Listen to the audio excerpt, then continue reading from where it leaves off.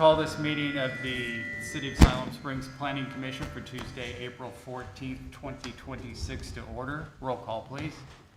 Kay Williams. Here. Renard. Here. Sally. Here. T. Williams. Here. McKinney. Here. Sutton. Here. Olson. Here. Thank you. Please stand for the Pledge of Allegiance.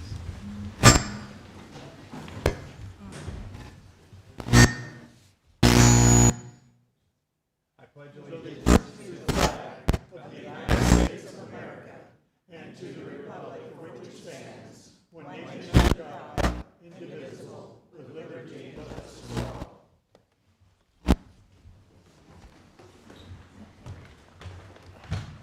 Thank you.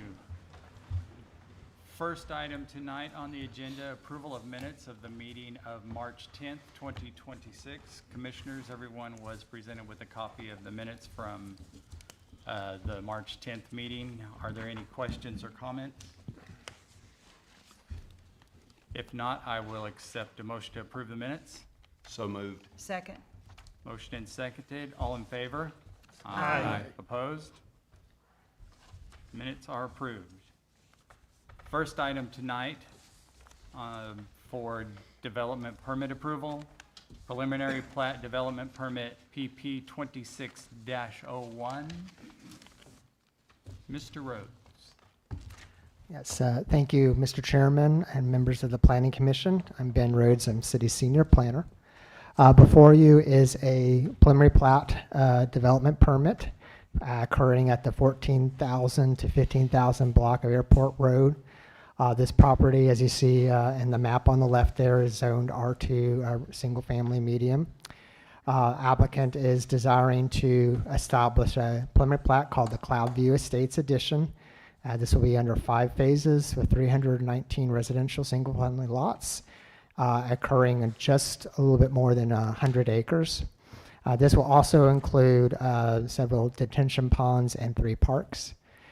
This is also the first subdivision that's being reviewed under the revised code chapter 35 as a subdivision. Here is just a brief summary of the findings that staff has gone through for the review. This property was annexed into the city on December 2nd, 2025. And was zoned R2 at the time, and that was the default zoning that went in with the annexation. The R2 zone is what is appropriate for single-family residential. The 2040 comprehensive plan also shows us areas neighborhoods 1, which is appropriate for the single-family development. City engineering reviewed the plans and have found that the drainage study is adequate to accommodate the anticipated stormwater runoff. As you can see shown there on the map, there are 3 different drainage ponds that are shown in blue there. Now it's planned. The lot sizes are all 70-foot wide, and this increases the minimum width by 10 feet compared to what was previously approved in historic subdivisions in Siloam Springs, and that's because of the new code update requiring a minimum of 70-foot wide lots. And of course that does comply with the R2 zoning standards. Going along again with the code update, there are 3 recreational parks included, meeting the code requirement, and streets will be included with street trees along internal to the subdivision, but also along Bill Young Road and Airport Road. Traffic will be split between Bill Young Road and Airport Road, and the applicant did provide a traffic study. Abutting roads will be improved by half-street improvements. That's from the center line to the curb edge. And those is the existing roads. Utility demands were reviewed by the city's current utility infrastructure. It can accommodate the proposal. New sewer line will be extended north from Tahlequah Street up Highway 59 and connects to the proposal via easements at southwest corner. Here is just an overview of the subdivision. It's going to blow it up a little bit more. We switched directions on you, so north is to the right. We have Airport Road to the bottom, And the different colors are just representing the different phases of the subdivision. We built, as I said, in 5 different phases over time, with each phase being finalized out with a final plat permit before they go on to proceed with the next phase. So it should take a couple of years, probably more than 3 to 5 years to finish. It's important that we lay out a section in the staff report and also in our city code that relates to reasons for denial for the subdivision. So the planning commission per code can only deny preliminary plat application if one of the following reasons are found.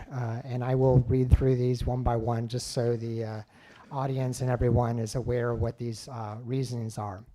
So number 1 is does not comply with local regulations for subdivision development. That's the state law, federal law, or local law.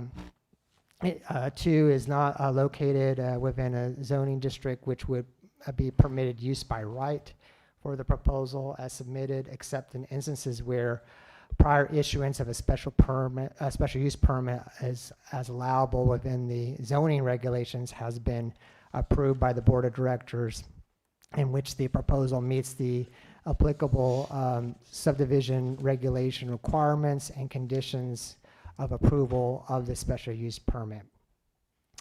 3 includes tandem lots without adequate access to meet fire code or frontage requirements, or lots that are not reasonably constructible other than clearly defined, labeled, and acceptable unbuildable lots for utility, drainage, requisite common green space, and other similar purposes. 4 has not adequately demonstrated in a drainage report that the minimum requirements of the drainage criteria manual has been met.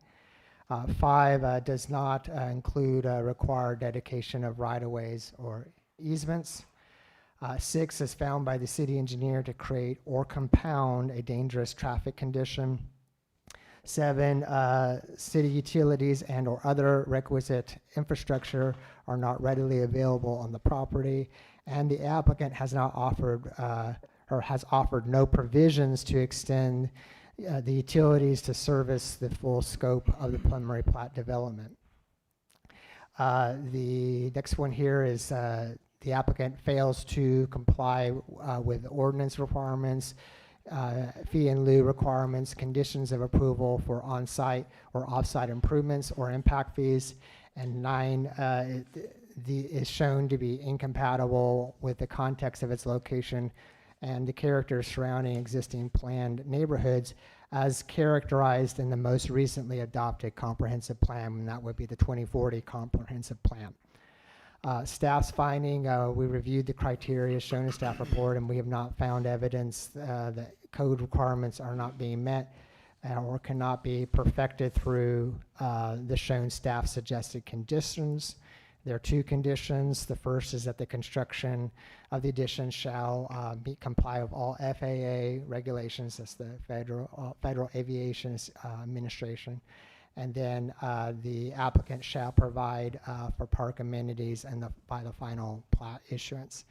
And with that, I would like to pass the floor over to our city administrator, Christina Pietricius, for some additional comments. Thank you. Chris? Mr. Chair, Yes, sir. I would direct to our city engineer who has an additional condition that has been requested. This is in reference to something that you'll have a better discussion with the Director of Public Works, which is relative to Airport Road and future, not too distant in the future, construction that's planned on that road. However, the condition of approval will allow us to, an additional condition of approval would allow us to work with the developer to do a fee in lieu option.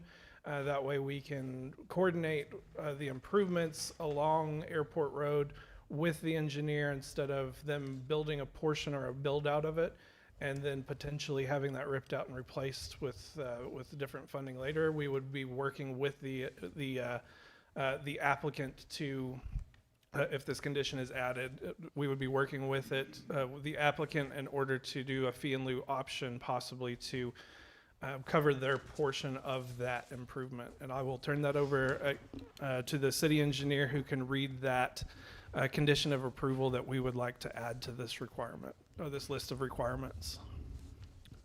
Yes, Mr. Chair. Brent O'Neill, city engineer. The condition reads, the city engineer shall coordinate with the applicant on improvements to Airport Road and Bill Young Road along the development's respective roadway frontages. Improvements shall meet City of Siloam Springs design standards and may include construction or a fee in lieu thereof. The city may participate in a cost-share arrangement with a developer to expand improvements to an agreed-upon roadway width, subject to Board of Directors' approval of the city's funding contribution. And if the board adds that condition, to add that condition, all we need to do is have just a simple vote to accept that condition into the previously read package, and then it would be a simple roll call vote. And that's a separate vote. I believe so, yes. Since it's not a part of the posted package, then we would have to vote to add it to it at this time. So that would just add it to it, and then whenever you approve, or if you were to deny or approve this project, then that would be one of the conditions that would be associated with that approval or denial. Okay. So should we address that now or after comments? I think you could probably address it after comments. I will leave that up to this, since you're just amending it, since it wasn't on that packet, I could just deflect that to the city attorney and see how the best way to handle it would be. I think you could do it either way. Okay, so we'll just wait and do it after comments and have all the votes at one time. So, we have several questions this evening pertaining to water pressure and the state of the road, of Airport Road. And so this evening I would like to have Josh Napier, our Public Works Director, just provide some additional information that would respond to some of those questions. So, Okay. Josh? Are there specific? Where's the water coming from? Okay. Yeah, so as part of this project, the way I understand it, the water will be coming from, there's a 12-inch line running down 59, headed north, Highway 59. It's going to cross the highway. It'd be hard to tell you, but anyway, it's going to cross the highway, and that's where the main feed for this subdivision will be coming from. There'll also be another line, according to the last plan I saw, that will run parallel to the sewer line, come in from the south of this property as well. There is a, that's an 8-inch line as well. There is a small portion of this project on the map that will be fed from the 6-inch running down Airport Road, but that's only about 25 houses or so. So Cul-de-sac. yeah, the cul-de-sac area, yeah. But yeah, most of all the water for the rest of the whole subdivision development will be coming from mainly that 12-inch line running down 59. So as far as the road, Airport Road, we've been talking to the county since probably late last year. It was part of the conversation to address the Oak Crest Road as well, but we have been working with them trying to gauge the condition of the subgrade under the current asphalt on Airport Road. Did some potholing out there in the last couple weeks. Most of it came back pretty inconclusive, so the county has set up some time to cut a square, pull a sample, kind of see what the subgrade looks like there, and to what extent we're going to have to rebuild in those areas that are really, really rough, so that we can address it appropriately. So anyway, all that goes well. We plan to start that paving project as a partnership, replacing the asphalt, but then also all the drainage culverts along Airport Road in its entirety from Bill Young to 412. Hopefully start that by the end of the year, early next year. So. But the county has agreed then to work with us on absolutely doing Airport Road. Yeah. Yes, sir. I would just caveat that what they are planning to do does not include widening the road or significant improvements where you're just talking about milling and overlaying the road. And of course, where there is to be improvements for this development, they would of course occur. Yeah. I believe with that, staff is available for questions. Okay, commissioners, tonight I'm going to do it a little bit different. I'm going to go ahead, take comments and questions from commissioners, then we'll do public comment, and then we'll come back for additional comments from the commissioners. So with that, are there any comments or questions from any of the commissioners at this time? Well, I have two that stick in my mind. Number one is, looking at the plat, the preliminary plat, fortunately, at my age, my eyes are not that good. I can see that they're minimum of 75-foot lots. I cannot read the depth of the lots or see anything. Maybe this would come in the final plat, but what the square footage of the houses that could be built on these lots would be. Mr. Chair, Yes, sir. it is, it's not allowed by state law for us to discuss what the square footage of the lot, of the houses on the lots would be. It's my opinion that would probably come to the city council, not to us, but it's a question that should be raised. Mr. Chair, Yes. Yes, sir. it is a violation of state law for us to discuss what the Right. square footage of the houses on the lots would be whenever considering a preliminary plat in Arkansas. That is for us or the city board. That cannot be discussed. That is correct. Neither the planning commission nor the board of directors can discuss the residential design standards in Arkansas.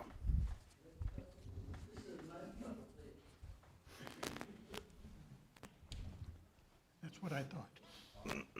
Answers my question. Second question, has there been any discussion with RDOT or any other authorities regarding, since this, in my opinion, and what I've seen, would come in the overlay of the proposed highway Interstate 42 right-of-way? Mr. Chair, the concept of the Interstate 40, the interstate that would come in either to the north of or the south of the city has not come to the city yet. We do have plans later on, and likely at the end of this year or maybe the beginning of next year to have more conversations with RDOT. However, there is no set location for the future RDOT interstate that will cut east to west. There's no set location, so it should not be considered with the determination of an approval for a preliminary plat. Understood. Commissioners, any other comments or questions? Mr. Chairman, Yes. it's my understanding that the City of Siloam Springs hosted a joint meeting with city staff and representatives from Garver, the city's contract engineer for the airport, and representatives from the FAA.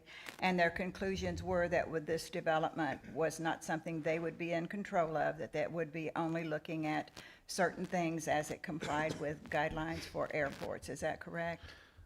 That is partially correct. Near Mr. Chair, the conversation that we had with the FAA, the meeting that we had did discuss some concerns for the future development of the airport. However, that's a part of an airport layout plan that is not an approved master plan by the board of directors. The FAA did provide feedback during their review of this development and states that this residential subdivision would not be in conflict with the existing navigation easement and therefore would not be in conflict with the functionality of Smithfield Airport. Thank you. Additional comments, commissioners? Mr. Chair? Yes. Other than citing map designations and distant subdivisions, I'm curious what analysis staff did regarding actual surrounding character immediately surrounding this subdivision.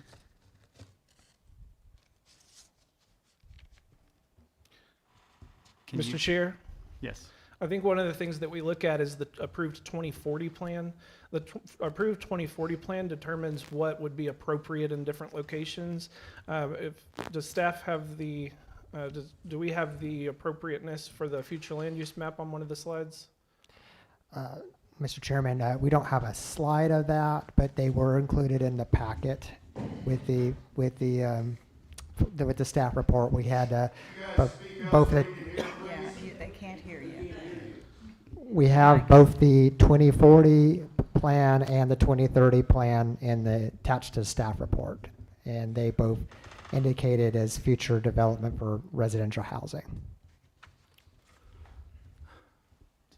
Well, I guess what I'm getting at is it feels like there is a lot of commentary about residential surrounding subdivisions, and I think a lot of that is in reference to Stonecrest, but to me, it feels like the airport creates a pretty distinct land use boundary in terms of the density proposed here.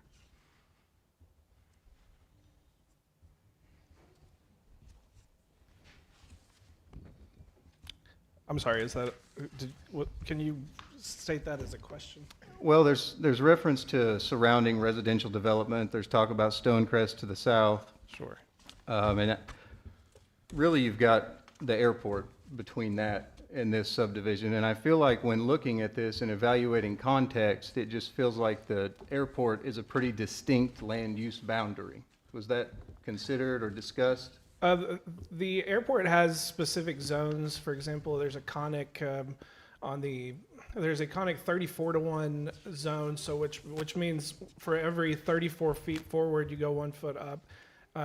That identifies the height of improvements. For example, the minimum structures, the minimum, if you put a power pole, flag poles, different items like that.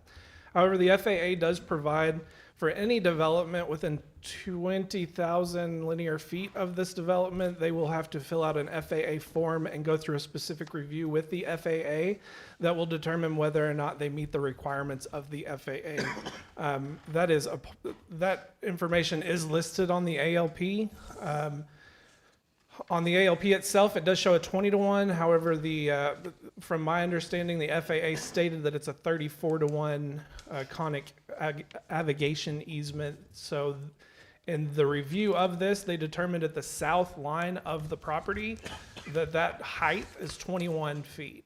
So at 21 feet, you can have a single-family residential home, and that makes it where the FAA stated, based off of that information, that this residential subdivision would not be in conflict with the existing navigation easement. However, each one of the improvements at this location throughout the lot would have to go through and verify their compliance with the FAA regulations.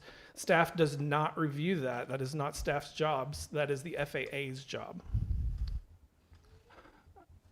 I just don't feel like height clearance is the same as land compatibility.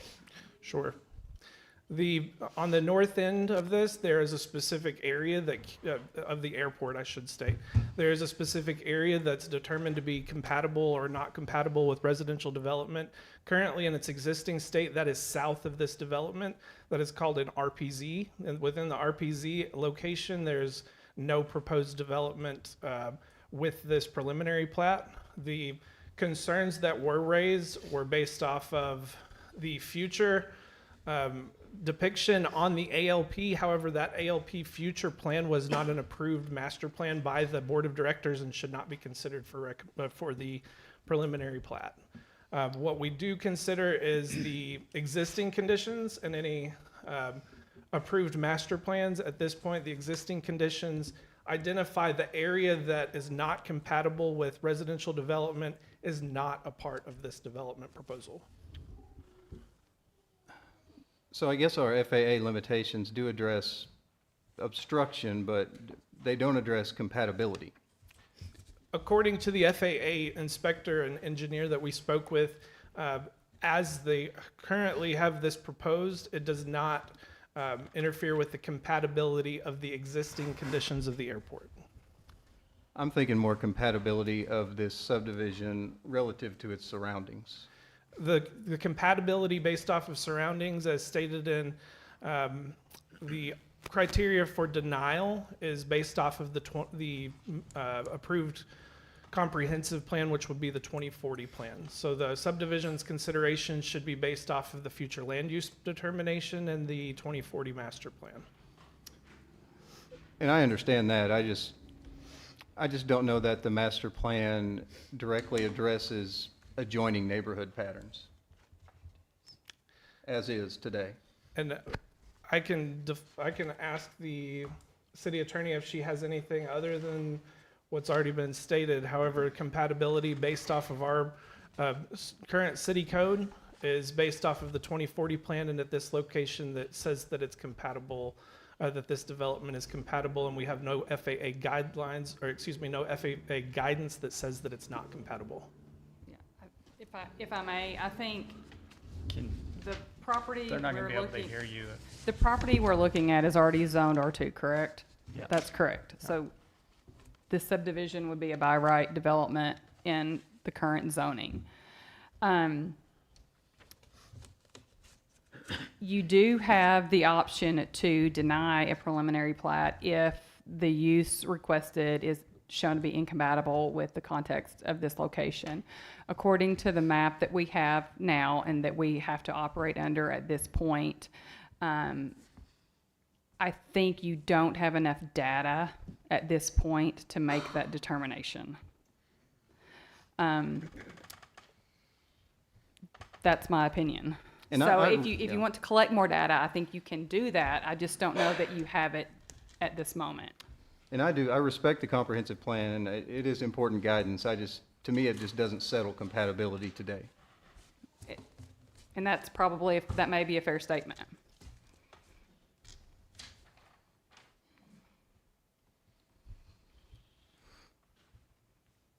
Did you have anything else, sir? Oh, be quiet for a minute. I just want to, Mr. Chairman, I just wanted to point out, under the existing built environment and neighborhood context, the third bullet states that the city's municipal airport, Cecil Smith Field, is located 0.2 miles or just over 1,000 feet to the south, and there is a vacant city-owned parcel that separates the subject property from the airport. And then it goes on again to just repeat what we've already said, that the FAA is concerned with the building height to ensure safety for aircraft and residents. But despite these limitations, it says nothing in the proposal appears to be a problem. I don't understand how we can change our future land use map. Is there something we need to do? Is that what you're suggesting as our legal representative? No, I'm not suggesting that you change the map. I'm suggesting that to make a determination of incompatibility, I don't think you have that data today. I don't know what you guys want to do, but if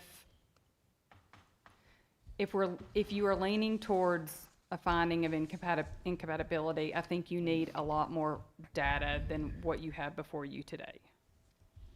To support that? Yes, to make that determination legally defensible. Understood.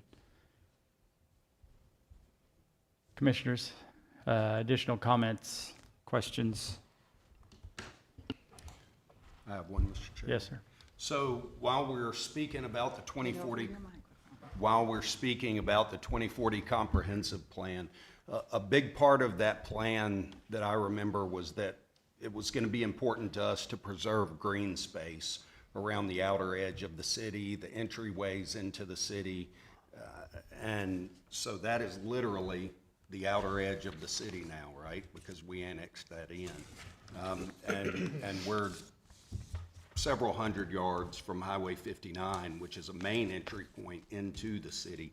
I understand that it was zoned R2 by default after annexation, but what about maintaining that green space? Because that was important at the time that we passed that plan. Mr. Chair?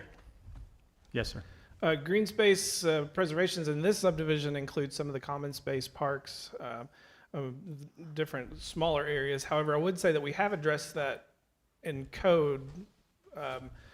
In the most recent version of Chapter 35, we no longer annex things in as R2. We now annex things in as A1, which is a lower density. So new annexations that began after December 15th, 2025, I believe that's the effective date. If there was an annexation after that date, then it would come in as A1. However, they would have to rezone to get to R2. The lowest density that I believe we have is A1, so that was our effort to try to meet that. One of those goals of trying to meet a reduction of density on the edges of town to try to reduce that urban sprawl that's discussed. However, this was annexed under the prior code prior to the current A1 as being the default coming in. It was R2, and R2 has those by right designations.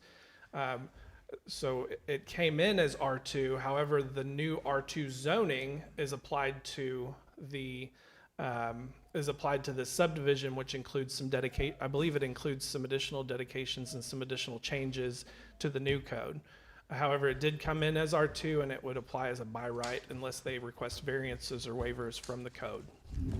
Understood. And Chris, the way I remember that was we were more concerned with that green space entering main places in the city, of not just having things built up at those, like Highway 59 and things like that. And that is still able to happen should we annex more on 59 eventually sometime in the future.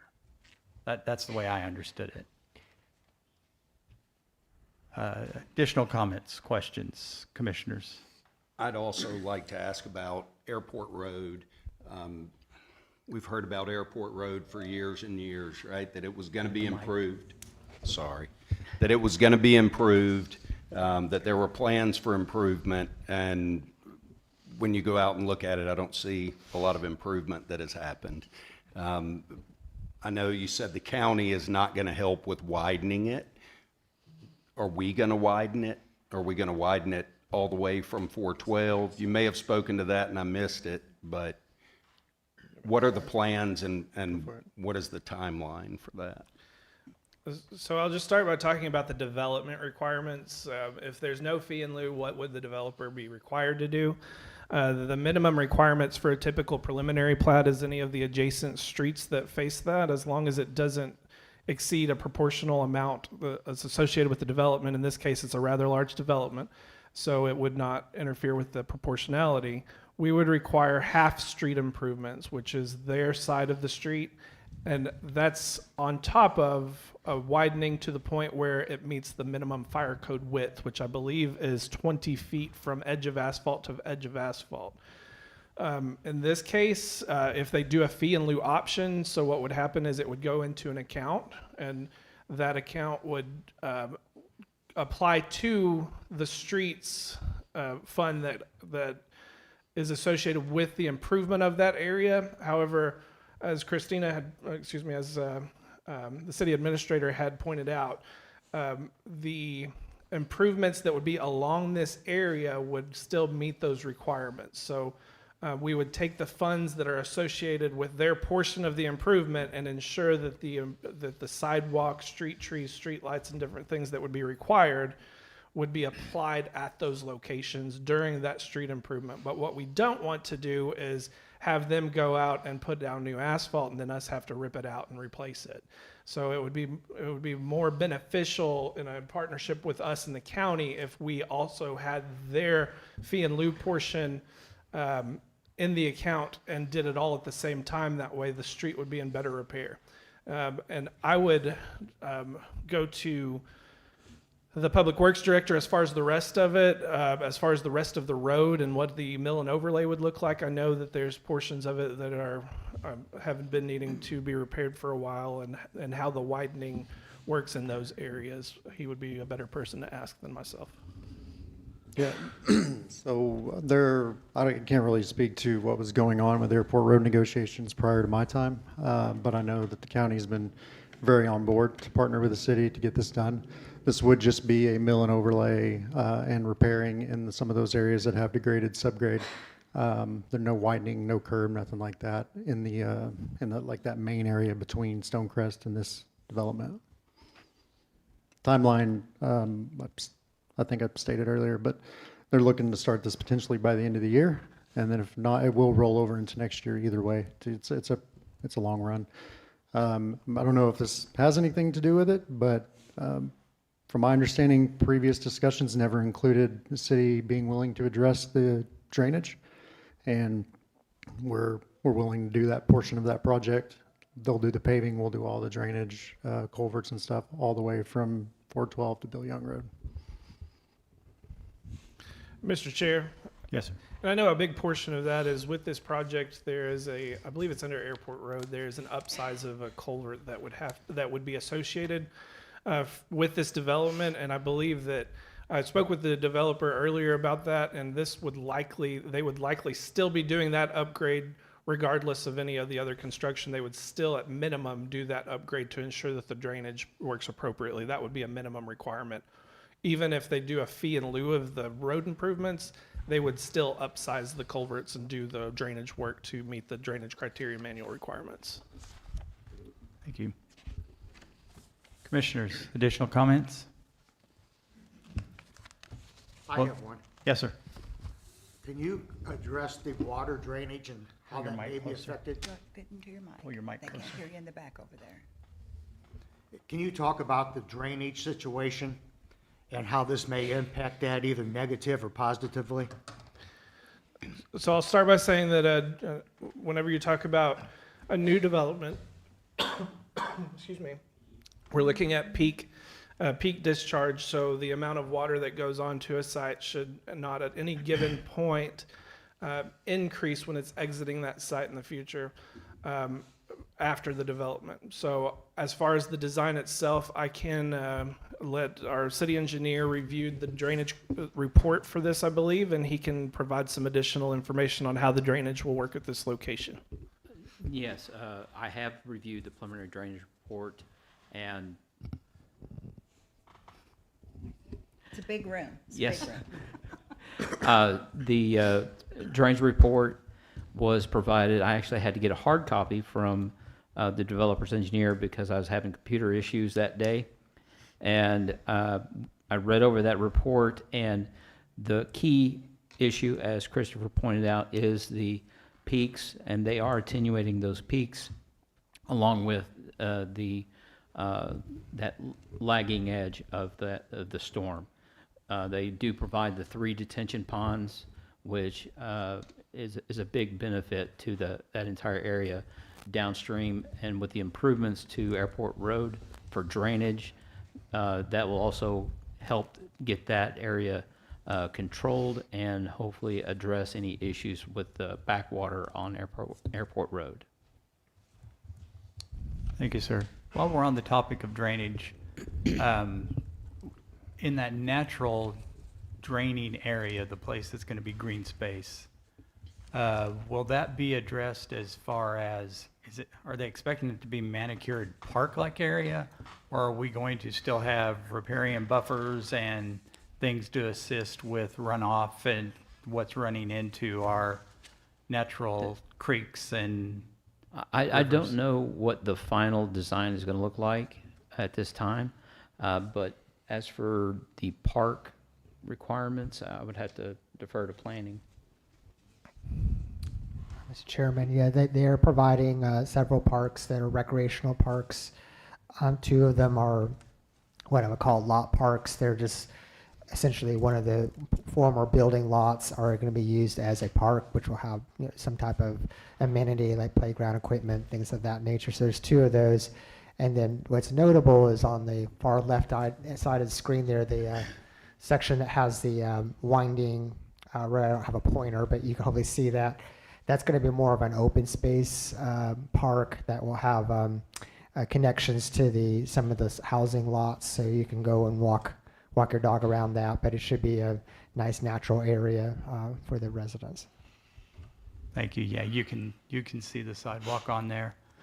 Something I did want to point out, this says 322 lots. You had said 319, which is correct. It's 319. Okay, because this plan shows 322 on the Mr. legend. Mr. Chair, I think that this included numbered lots for some of the common space, just for identification purposes. I think 317 may have been the number of buildable lots, if I'm correct. Yeah, I believe, yeah, there were 322 lots, but not all of them will have houses. Okay. So if you're talking about houses or talking about lots, there's 2 different things. Okay, I just wanted to be clear because Yeah. we had a number printed and a number stated, and I just wanted to make. Okay, commissioners, any other questions, comments? Just a point of clarity for me, Mr. Chairman. So zoning alone does not settle our compatibility standard under subsection 9 of the UDC. No, I don't think so. I think you can consider other things, specifically I know the airport factors into this a lot, but again, as we sit here now, I don't know that there's sufficient data for that. I guess as a commissioner, I'm just wondering what independent judgment is expected of me at this point.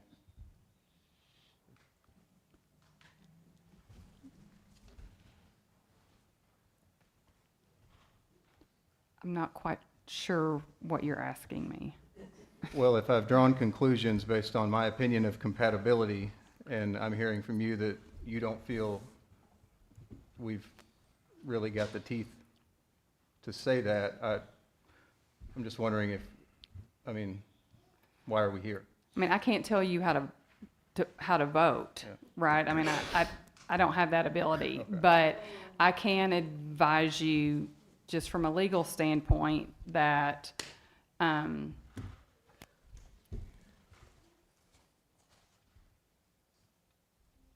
if you would like, if the vote of the commission is to deny the permit based on incompatibility with the surrounding area, neighborhoods, which is what is required by number 9, I caution that additional data is probably needed. So I would think that you could ask to table it if you want to get additional information as far as the compatibility with the neighborhood with the airport. But other than that, the way it stands right now, with what's been presented, what's come forth, and you may wait until after we hear public comment and come back, and you may hear something at public comment that gives you additional data also. I just feel a municipal airport is a significant land usage feature that distinctly separates what's there now. But I'd love to hear from the public about this. Okay, well, we'll do that for sure. Are there any other questions or comments from the commissioners before we begin public? I had one other question. Reverts back to, we said this, at the time this was annexed, was it under the old setup as far as zoning or the new? Mr. Chair, Yes, sir. when it was annexed under the previous code. However, when they submitted the preliminary plat, which is a totally separate process, it was under the new code. So the zoning code that applies to this project is the new code. The annexation was under the prior code. Those are two totally those come in totally separate from each other. The preliminary plat portion of this is a preliminary plat development permit, and that's what the Planning Commission is considering. And that preliminary plat development permit application came in after the Chapter 35 was adopted and effective. Mr. Chair, Yes. I have a question regarding collecting additional information about compatibility. I'm sorry, I'm the one telling everybody to talk loud, and here I am whispering. I have the question of where else could we go other than our future land use map, other than the other information that we have? Where else can we go to get this data? That's what I don't know, where you find, it can't be anecdotal, it has to be factual. So where do we go for that? You want me to take this one? Yes, please. Okay. So right now, when we're looking at the future, the 2040 plan, we've got some commercial stuff out on the highway, right? The airport's below us. And then is it agriculture out to the east, I guess? Is that right? County. County, okay. It's in the county, yeah. So we have to work with what we have, and those are the things. The big issue here, of course, is the airport, right?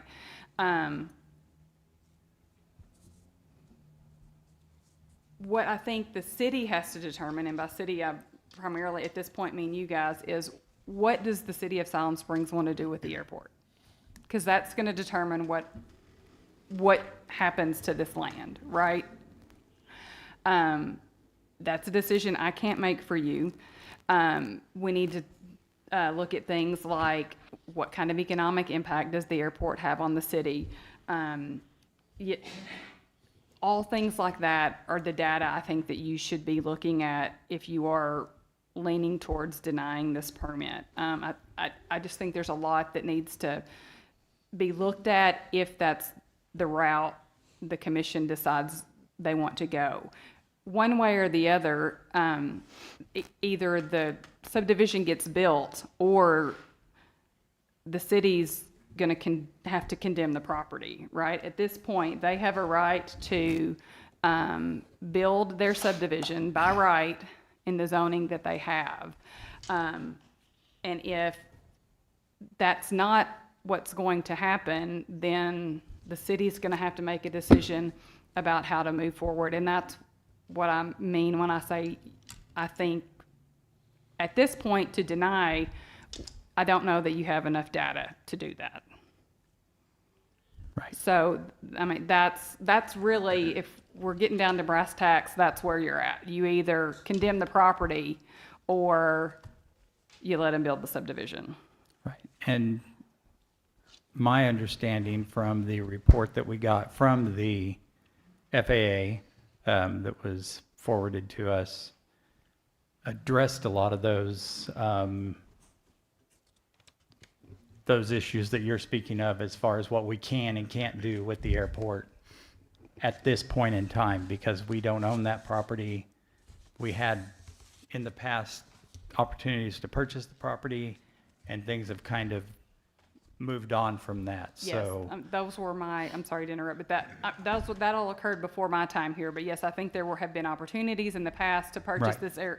this land and expand the airport, and those things, while talked about and have kind of been mapped out, those things were never final. Those plans were never finalized. They weren't ever approved by the board of directors. So now what we're working with is our 2040 plan. So the commission just needs to, I mean, ultimately make a decision on which direction the city wants to go with respect to the airport. And I can't make that decision for you.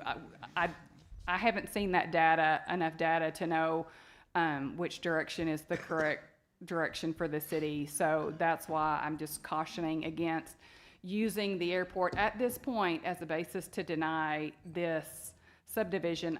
I don't think you have enough to make that decision legally defensible. understood. Mr. Chair. Yes, sir. I know we're talking about the airport when we discuss compatibility, but what about the 20 or so chicken houses that are immediately across the street? Is that something we consider when determining compatibility? I think you can, yes, because that would be the surrounding area. I mean, I think that's something that you can consider. Yeah, to the immediate north is 15 chicken houses, and then to the east, they're immediately across the street as well, so.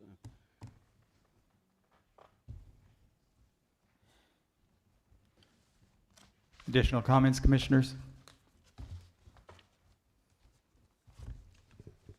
If not, I will open the floor to public comment. Yes, sir? We'll have time for everybody to come forward. Please clearly state your name and address, and you will have 3 minutes. I'm Jonathan Barnett, 604 Hickory Lane, Siloam Springs, longtime resident of Siloam Springs. I've had airplanes and hangars at Siloam Springs Airport since the early 70s. Lynch Butler and I, who's here, have flown airplanes in and out for many, many years. The decision you're all making today is a very important decision, because if you decide to go through with this, you're killing the future growth of the Siloam Springs Airport. That's what you're doing. You're making a decision to kill the future growth of the Siloam Springs Airport. The city of Siloam Springs should have bought this property a long time ago. There's been some errors that's been made a long time ago. This request for this subdivision is totally incompatible with the operation of our airport. I could say the city should have adopted some sort of overlay district similar to what we have at XNA. And by the way, I represent Benton County on the XNA Airport Board. I've been on there since 2019. And we have an overlay airport district similar to, you all should have adopted one similar to what we have at XNA. That defines the compatibility, comparable development based on proximity to the airport.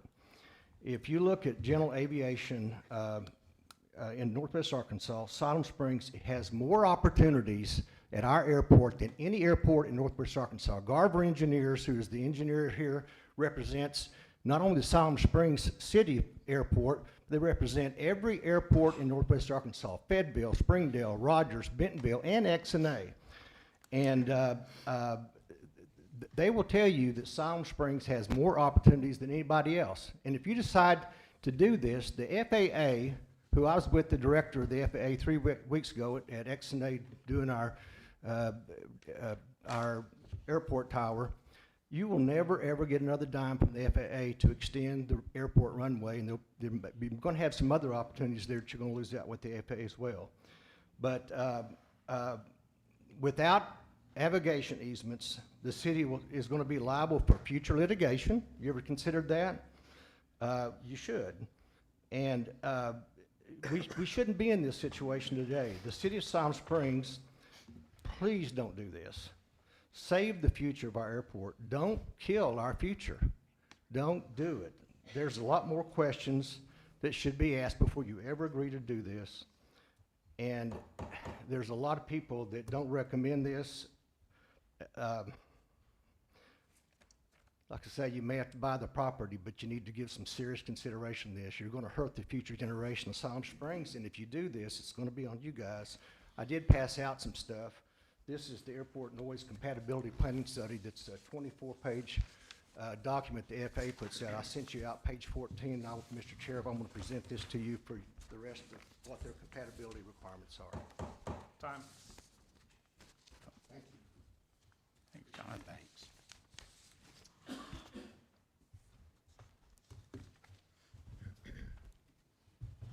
Yes, sir. Please clearly state your name and address, and you'll have 3 minutes. Perfect. I'm actually the applicant. Okay. I don't know if this is my time, if there's a time for me to speak, or if I need to wait for public comment. You can speak now. That's Okay. fine. As I'm Blake Murray with Crafton Tull. So I'm the engineer for this project. And real quickly, I think staff's done a good job of explaining everything. The site topography flows from north to south and from east to west. There's a existing ditch kind of in the middle, bottom portion of the site where it all flows to. We've had multiple conversations with neighbors for how the drainage in that area works. I believe right now that's 4 30-inch pipes, and we're trying to upsize that to 3 8x4 box culverts. So we recognize that the culvert underneath Airport Road's undersized needs to be replaced, and it does drop the water surface elevation of that creek by like 3/4 of a foot. So it is a substantial upgrade to the drainage in the area. The 3 flanking ponds are both aesthetic but also highly functional. They drop down the peak flow rate below existing conditions. So we're in full compliance with the drainage criteria manual on that. Yes, 319 lots sounds like a lot of lots, but when you divide that by 100, I think we're at barely over 3 units an acre, which is a very low density development. We have 20-ish acres of open space and parks with trails and everything right along creeks where, you know, most cities want those kind of things where you have creeks following, or trails following creeks and everything. 2 pedestrian bridges to connect the community. Just, I don't know, it feels like a really inclusive community, as well as the 3 parks like I mentioned. Let's see, we've done all the wetland studies. We have approved jurisdictional determinations and a nationwide permit for everything on site. We're avoiding and preserving the vast majority of all natural features on site. So in addition to the 3 ponds, you're also going to have a couple of wetlands that are going to be preserved. They'll be maintained in their initial or original vegetation. So maintain some of that original look to it. But yes, there will be manicured areas where the parks are and stuff like that. So utilities, we're extending sewer 1.5 miles to serve not just our site, but this whole area. We're working closely, I think Josh stepped away, we're working closely with staff to create utilities in this area. Loop in the water system, trying to fix the pressure of, you know, not tying into the 6-inch line with too many lots, trying to fix the area for water and sewer. So this does open up a bunch of acreage for development near the airport.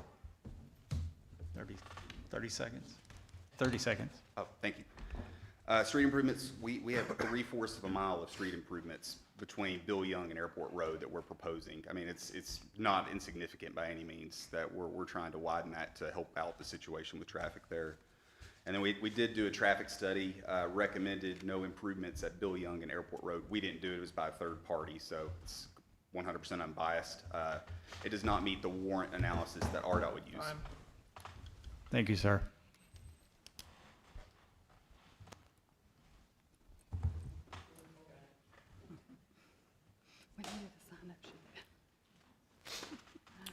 Yes, sir. Please clearly state your name and Yes, sir. address, and you'll have 3 minutes. Larry Kennemore, 207 Western Hills Drive. There's 2 issues you need to look at about this project. The first one is the actual property, which is located next to the airport.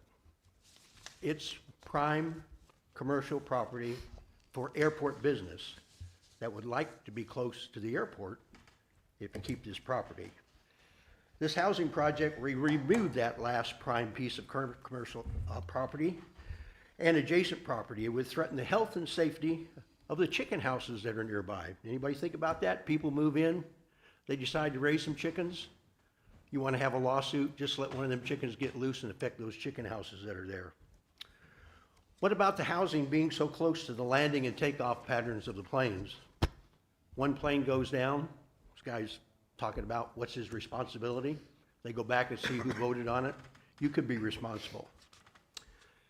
I can talk about the size of the houses. You may not be able to, but I can. Let's talk about the effect on the community. These new homes contribute to Siloam Springs being a low-income community, which is already listed as so because of what you guys have already voted on in the past. The low-income community designation of Siloam Springs is placed squarely on this board's shoulders. You have approved this by approving projects such as this. 6th, and probably most important, our school district. Recently, the school district informed the board of directors that the unpaid lunch debt had grown from $261,000 last year to $490,000 this year. Why? Because of you approving these low-income housings and the school lunch program of these low-income people that are eating up all that money. So you're putting, if you approve this, another low-income housing project, you're putting that on us, the taxpayers, because we're the ones that are going to have to make up that deficit. Maybe this board should be held responsible for this debt as you pay the bill instead of the citizens. Lastly, please do not repeat the talking point of the law requires us to approve it. Don't repeat that to us. You keep repeating that to all the citizens in this community. That is not true. You can vote however you want to vote. This low-income housing project, if you say that, you're just passing the buck. Thank you. Thank you, Larry.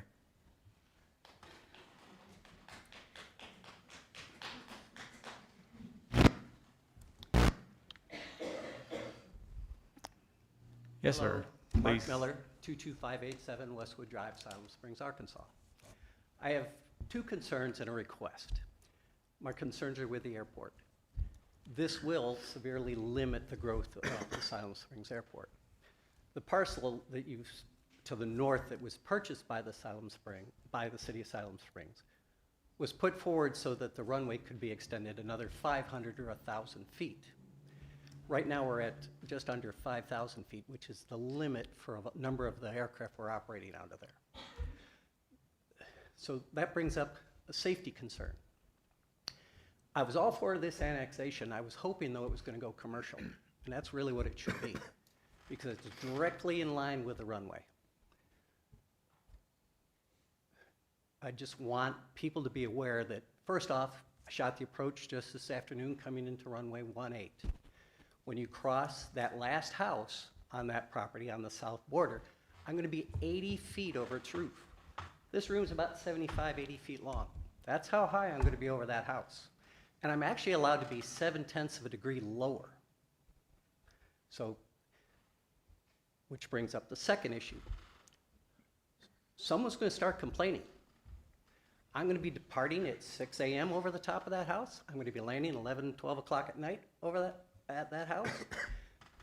People are going to start complaining. Then what happens? They're going to be coming back to the main board. But I just wanted for everyone to be aware of some of the issues that are surrounding the airport. So if this does get passed, I'd like to make a request.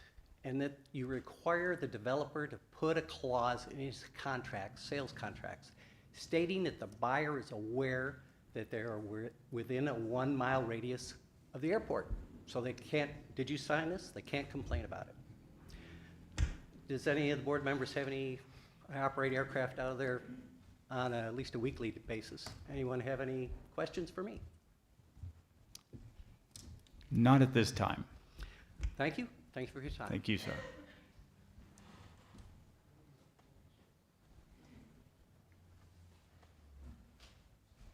Hi, everyone.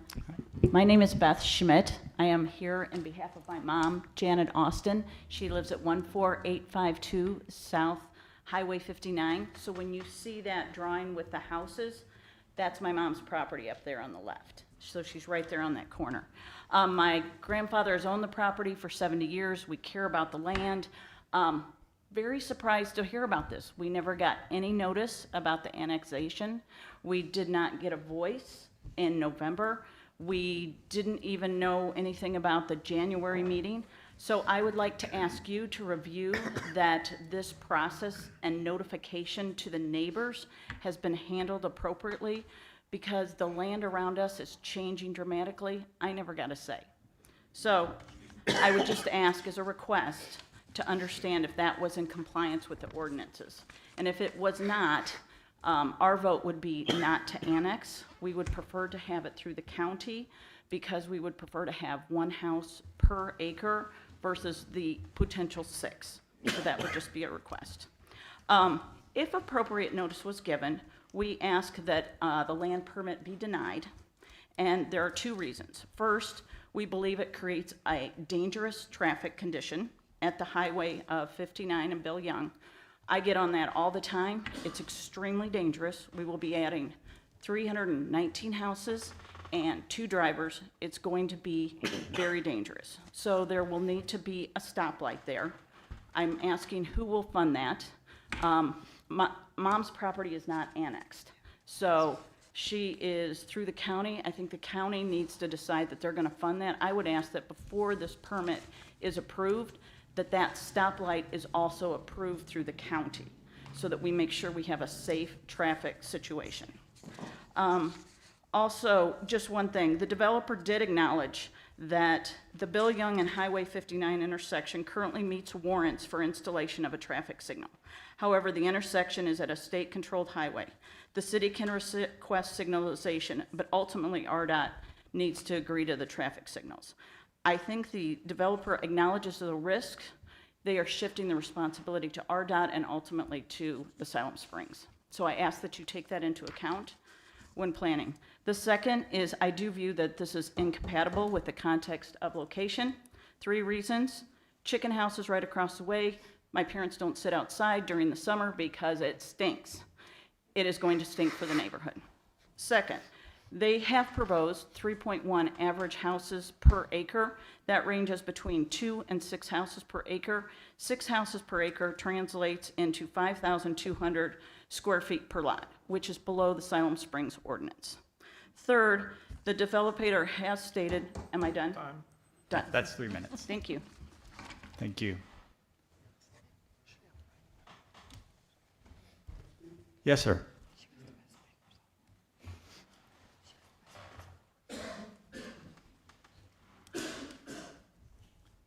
Just need you to state your name, address, and you'll have 3 minutes. Okay, I'm Lynch Butler from here at Siloam Springs. I'm speaking as a pilot. I learned to fly at Siloam Springs Airport over 50 years ago. And I'm concerned about this, and I don't think it's the right thing to do. And I'd like for you all to consider the fact that these homes are going to be right on the flight path of the airplanes. You know, homes that are off to the side of the airport's a completely different deal. But on the flight path, see, that's a real critical zone. And like on takeoff, if you'd lose your engine or something down low, your plane is low, you have to land. And if there's not a place open for you to land in, you're going to just go into the houses.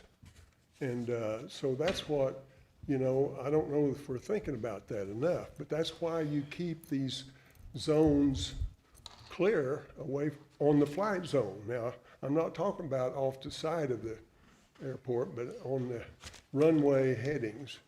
You need that on both ends. It's a real critical thing. And it's also under the instrument approach. See, there's an instrument approach, like if you're landing on the south and you're on instruments and low clouds, you need to get in. You go down to 300 feet, you know, hoping you're going to find something you can see and see the airport. Well, think how low you are as you're going over those houses. And then if something happened, you just plow into the houses, jets and all. A jet could take out 6 or 8 of those houses.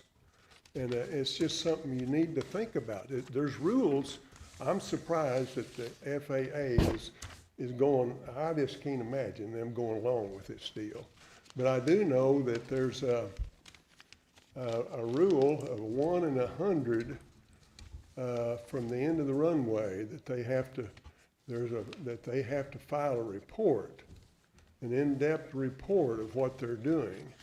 And then you got to do it 45 working days ahead of any construction for FAA to look at it and review it and say what it's going to do, whether it's going to change your minimums on your approaches or maybe eliminate the approach or eliminate any kind of help in any kind of projects you need. See, they have the right to do that if they want to. 30 seconds. So my 3 minutes up. 30 seconds. I'm sorry. 30 seconds. Oh, okay. Well, I've probably pretty well said what I need to say, but anyway, I appreciate you listening to me, and it's something you really need to consider. As far as that compatibility issue, just think what those houses are going to be like when those jets and those small planes like I fly right over, just shaking the walls. That's 3 minutes, sir. Okay. Thank you, Mr. Butler. Yeah, okay. Yes, sir.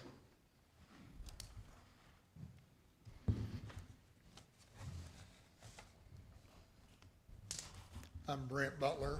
I live at 14. Lift the mic up a little bit, Brent. Brent Butler. I live at 14831 Fairmount Road. But those are my poultry houses. A lot of them are that are being brought up. Those have been there for many, many years.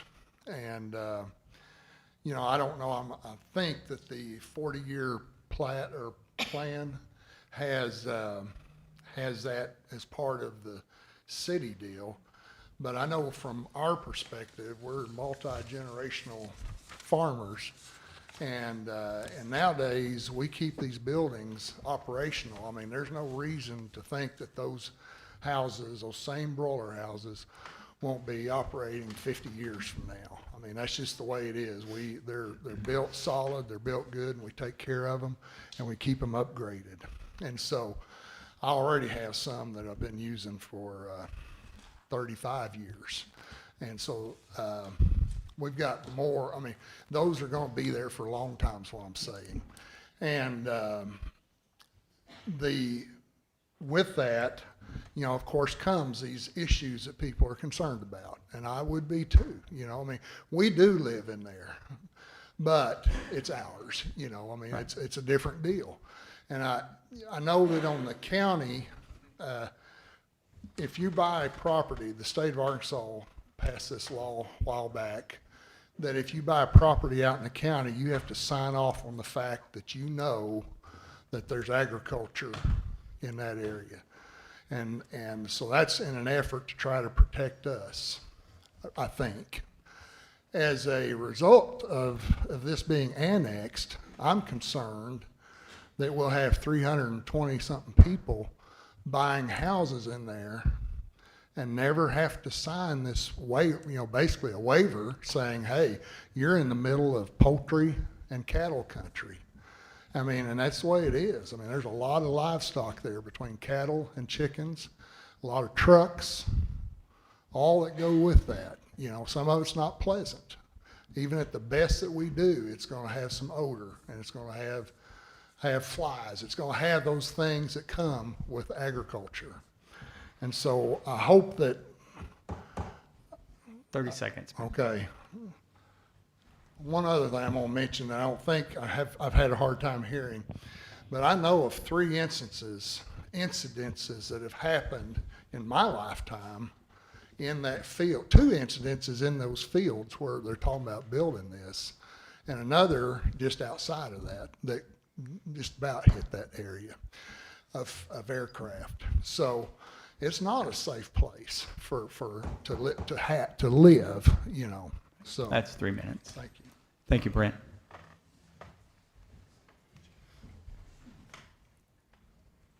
Yes, sir. Oh,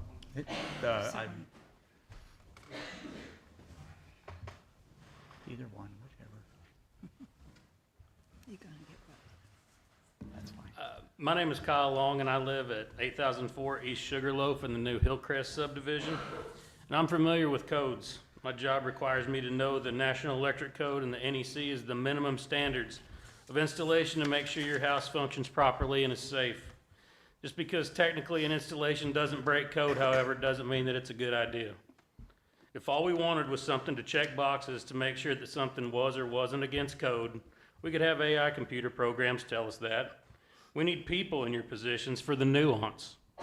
The stuff that technically isn't against the code but is not a good idea or might need some more investigation at the very least. What CloudView will do, if you do a quick search, there's an average of 2.75 people per house in Benton County. That's approximately 900 people added to a 100-acre tract. That's half the population of Decatur. That's 319 dishwashers and washing machines and 638 toilets and showers, and that's at least 957 sinks if you figure 3-bedroom, 2-bathroom homes. The water pressure in my house as of yesterday at 4:45 p.m. was 37 psi. By every standard, that's considered low. But I bought it, I knew what I was getting into.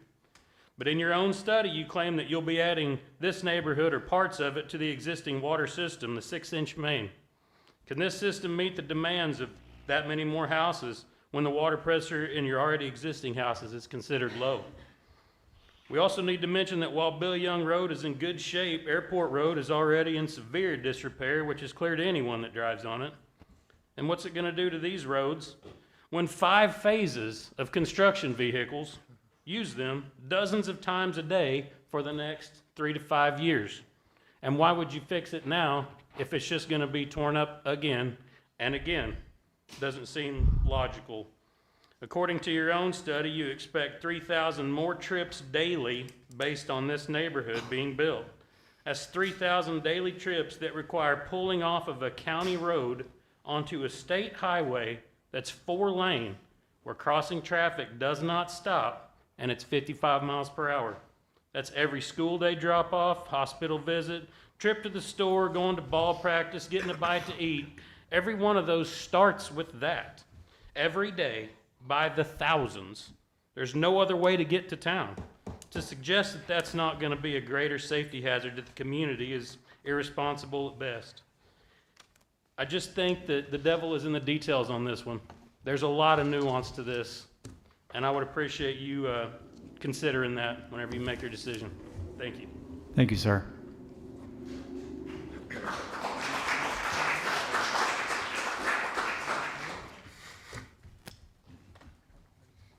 Good evening. My name is Steve DeVoe. I live at 15040 Airport Road.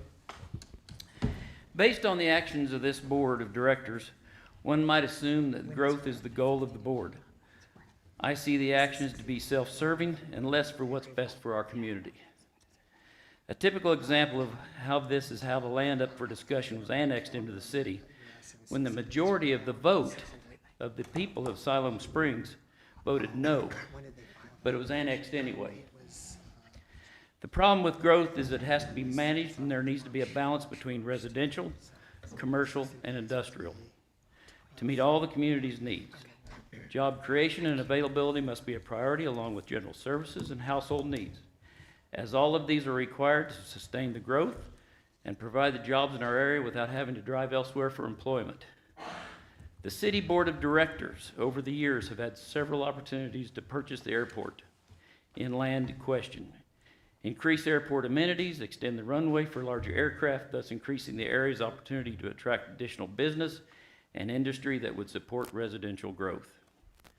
With additional industry, this would help to reduce the heavy tax burden that's solely on the backs of the citizens of Siloam Springs now due to a lack of diversified industrial and commercial-based businesses. We are losing more commercial and industrial business than what we are attracting. Therefore, we are in need of additional gainful, well-paying jobs. The airport we have is a great start to an executive-type airport that would attract industry that this community desperately needs. We as a community have a difficult time keeping industry, and one must ask why. Could it be our city's leadership? I believe the obviously speaks for itself. For those directors that voted no on annexation, I applaud your intelligence and foresight. Those of you that voted for annexation, we ask why, as the citizens of Siloam voted no, and made it clear what they expected as priorities. As council members, you should consider yourself privileged to be trusted by your community members to speak as a voice for them and not against the majority. The point is this: based on the board's actions, you, the board, are about to landlock any growth other than additional hangars for this airport, one that we have cultivated over the years and is known as one of the better municipal airports in the country. This subdivision is being proposed services no useful purpose, as it does not work in conjunction with commercial businesses and industry, and it will just be a bedroom-type community for other and more unsuccessful cities. 30 seconds, sir. Allowing this subdivision to go in is a travesty to this community, and this is the wrong decision by this board, and the community will pay for it for decades to come. Listen to your voters, do what's right, abandon your self-interests, and look to the good of the community. Thank you. Thank you, Mr. Devon.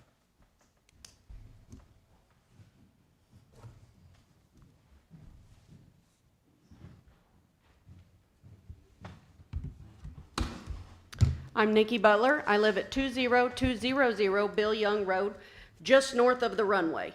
I'm going to try to keep this facts and not my opinion.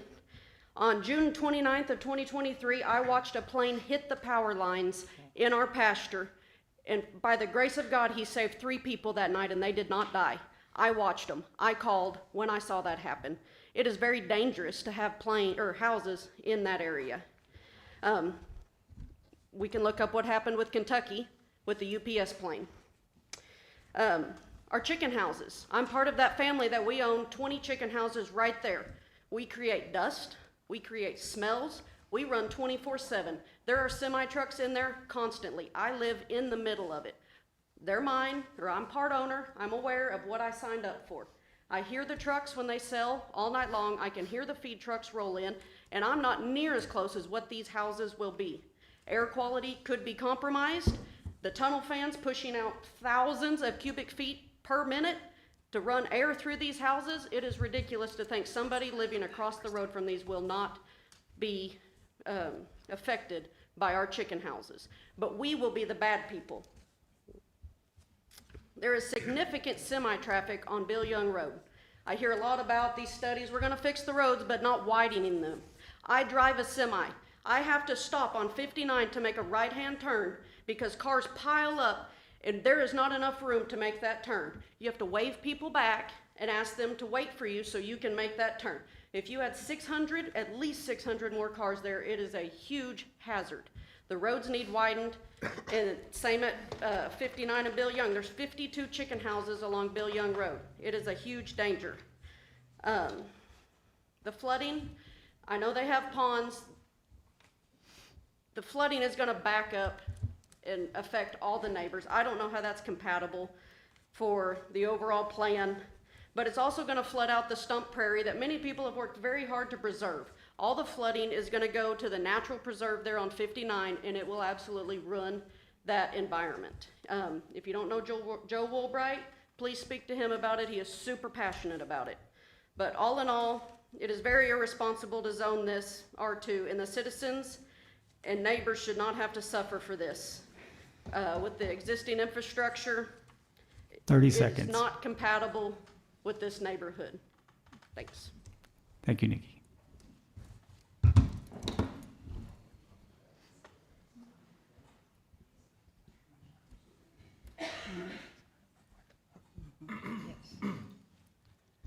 Good evening. My name's Donovan Hudgens. I live at 14244 Cayenne Circle, Siloam Springs, Arkansas. I served as a Federal Aviation Safety Officer from 2014 to current. I've led several accident investigations, aviation accident investigations for the United States Navy, as well as partnered with the NTSB on some civilian investigations as well. I will state that though the FAA might say that this is compatible with current navigation restrictions that we have in Siloam Springs, as Mr. Butler, Mr. Barnett, and several others have brought up, it significantly reduces safety. So though navigationally it may be possible to continue doing what we're doing, it stifles the growth of being able to get potentially precision or more safe approaches in. And also, it just even instrument or non-instrument flying safety is a great concern. 80% of all aviation accidents happen during the takeoff or landing phase of flight. That's defined by less than 1,000 feet. Most aircraft can climb at least about 200 feet per nautical mile. So you're talking about a 5 nautical mile radius around the airport that 80% of aviation accidents will occur. This neighborhood is planned to go right in the middle of that. And when you, just like Mr. Butler says, when you take away the options from a pilot who no longer has any power, he's going to go into a house. There's no other options than that. If you keep some open green space out there right off the approach end and departure end of the runways, you have a lot more safety options. So I just want to bring that up from an aviation safety perspective. So thank you all for your time. Thank you, Donovan.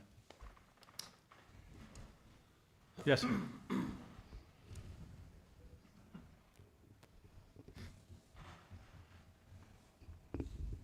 All right, my name's Jeremiah Daggett. I live in Rogers, Arkansas, 17533 Hilltop Heights. I operate out of the airport there in Siloam Springs as my career, and I just don't think it's a very compatible place to build a neighborhood. Honestly, like Mr. Mark Miller was saying earlier, you're 80 foot above the tops of some of these houses.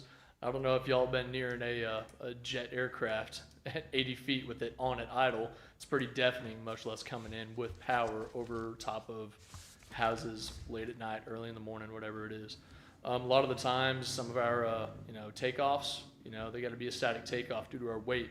It's going to be a lot of noise at the end of the runway up at the north end of that airport. That's going to put a lot of 6 a.m. babies waking up. We're going to be killing this airport, unfortunately, if this ends up passing, just due to the fact that hopefully, with some sort of runway extensions, it's not going to be FAA compatible at that point. If there's going to be a runway extension, even to the south, something of the sort, FAA's got to go back in, reassess, and it's just not going to work out. We're looking at building, actually we have a lot next to the hangar, and we're looking at getting another aircraft, another jet aircraft, and this is going to hinder us, flying anything bigger in and out of this airport. So I appreciate y'all's time, and that's kind of all I got for you. Thank you. Thank you, Jeremiah. Is there anyone else have any public comments? I'm Michael Pernuti. I live at 200 Ravenwood. I personally think that building new houses and expanding Siloam is probably one of the better things you could do for it, given that a majority of of the funding, I believe, comes from sales tax. And considering that other businesses are already moving in and starting to build their businesses here in Siloam, I feel like expanding more housing opportunity for people is probably one of the better things you can do. I know of multiple people that are already moving out of Siloam because their rents have gone up too much or because they simply cannot find housing that is adequate for what they need. And so obviously the city's got to expand at some point, so I feel like expanding towards the rural side is less of an issue because that's the only real way we can go. As for some of the complaints that I've heard, I know people are talking about noise and talking about smells and all that.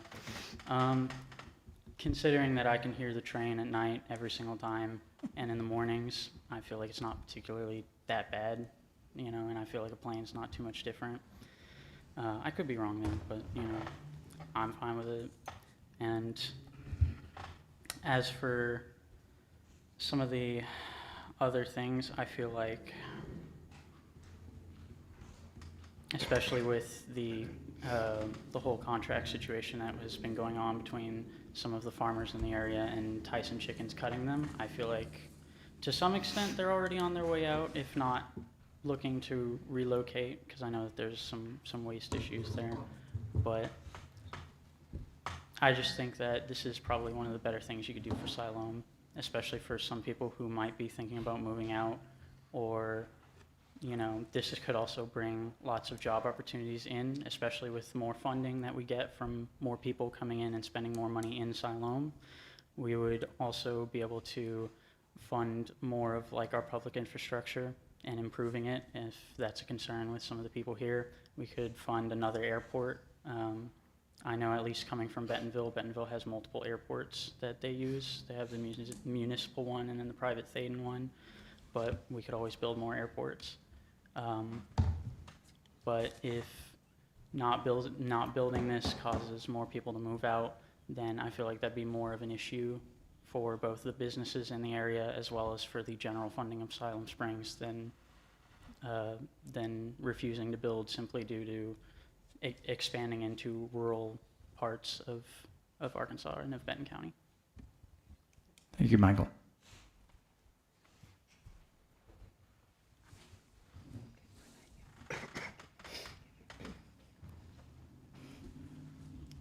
Hello, my name's Austin Butler, 15112 Airport Road.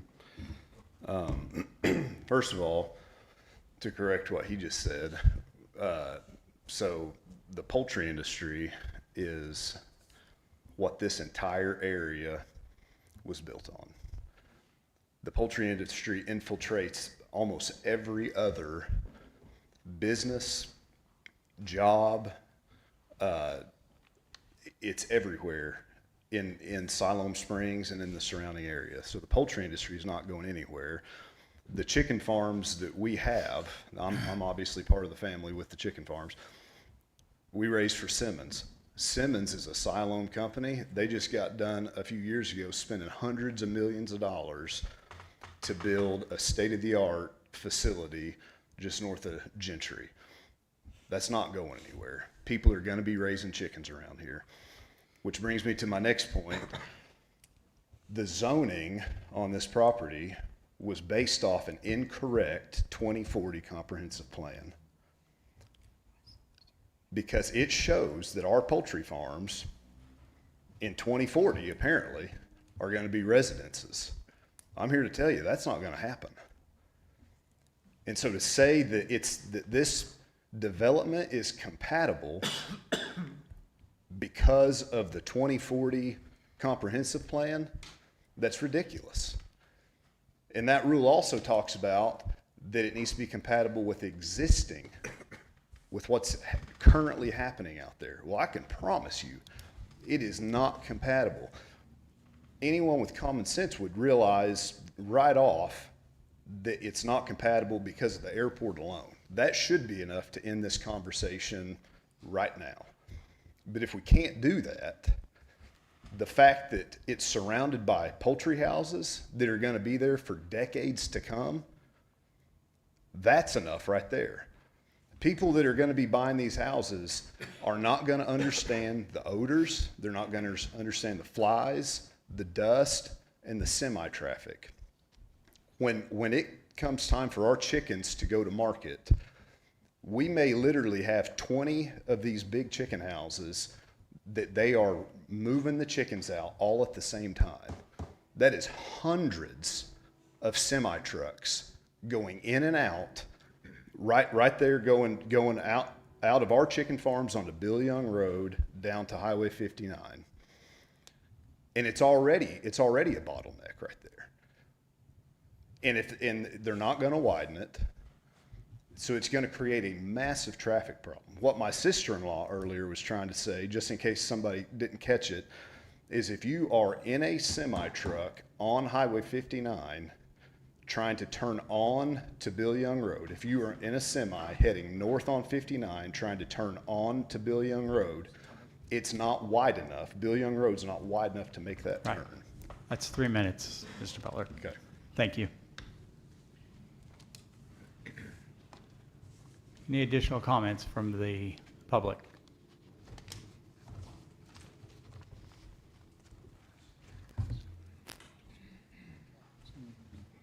Emmanuel Schwartzenschuber, 14888 Airport Road. I work for Should the get that.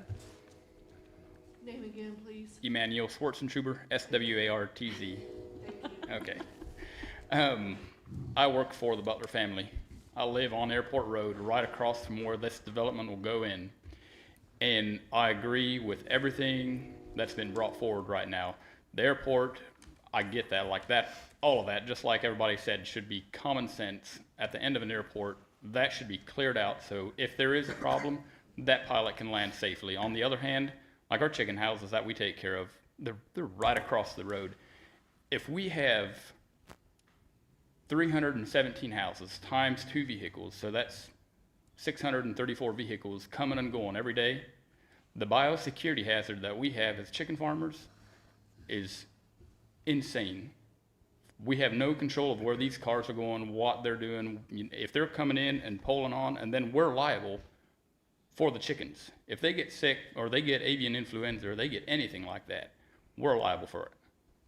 And so to think that you want to put this in our neighborhood, and it is not compatible at all with the area that we have.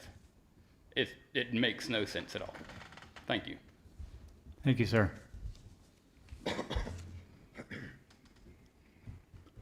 Any other comments?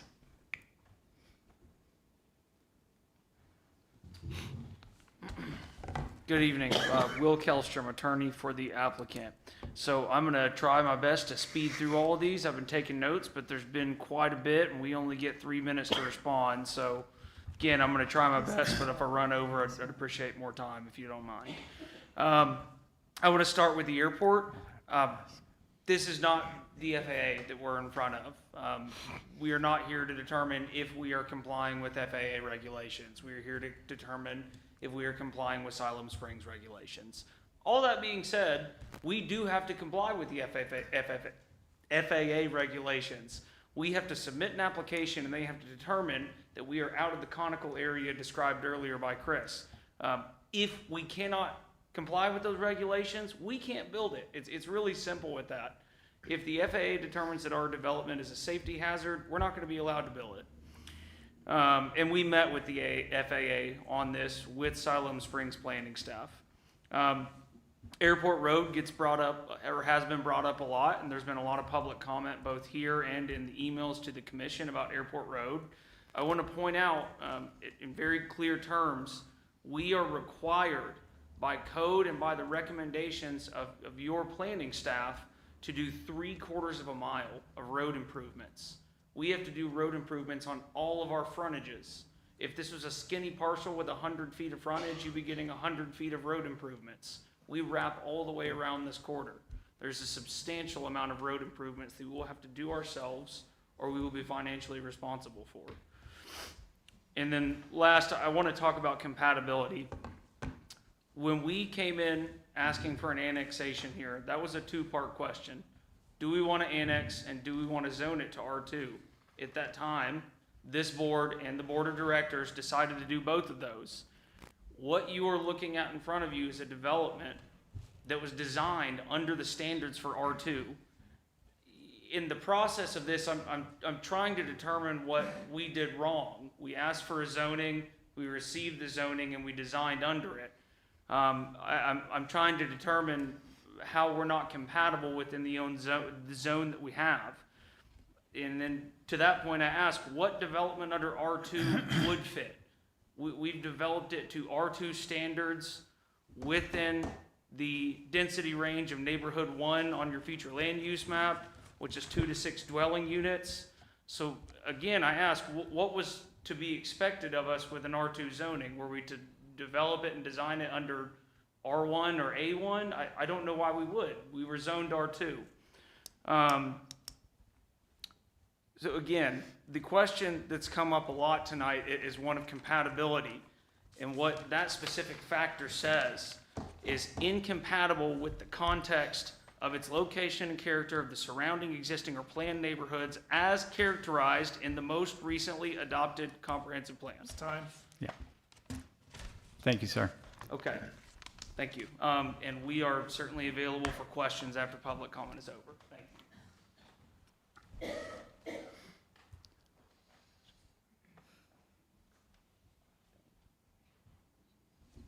I see.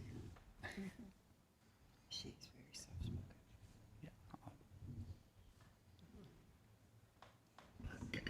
Dolores Stuhl, 5008 David Drive, Siloam Springs. I'm going to look at this from a different angle. It's quality of life. Siloam Springs claims to be a quality of life community, and they are. But we need to look at our infrastructure, which people have spoke to. Airport Road will not support that. I don't think I don't have facts in front of me, but I know I drive down Airport Road. It has many, many, many potholes on it. They continuously fix them. They do not get fixed. They are potholes 2 to 3 months later. It's not a permanent fix. If you just cover it up, it's not a permanent fix. It needs to be fixed permanently before we go on to something like this. Bill Young Road is not a wide road. People have spoken to how it's hard to get semis off and on that road. Before we look at adding another subdivision like this, which like it's up to the city, but I think we need to look at our infrastructure first, and it's not ready to support this at this point in time. Thank you, ma'am.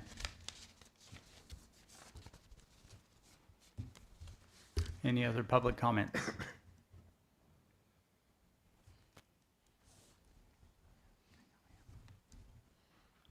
My name is Frank Lofton. I live at 302 Greenwood here in Siloam. Didn't really see a lot of anything on this till my wife pointed it out about 2 weeks ago. And the first thing I thought was, you can't build something like that in the path of a runway like that. I mean, you've seen things time and time again where you see accidents where people get their houses hit. But we moved here in Siloam 11 years ago. This place has built housing developments since we've been here. It has grown, and the building is just getting outrageous. I mean, I love the town, I love being here, and it's been a nice, quiet community, okay? It's gonna be Fayetteville before you know it, you know? And I don't wanna be in a Fayetteville again. I don't. And that's what I like about this place. It's a small, quiet town. I came to play football over here 40 years ago. It was a nice little town back then. I'm originally from Harrison. I like small towns. That's why I came here when I come out here. And my wife and I, we just love it here. But the growth is getting to be too much. And when I seen 319 lots in that small of an area, I worked for a developer.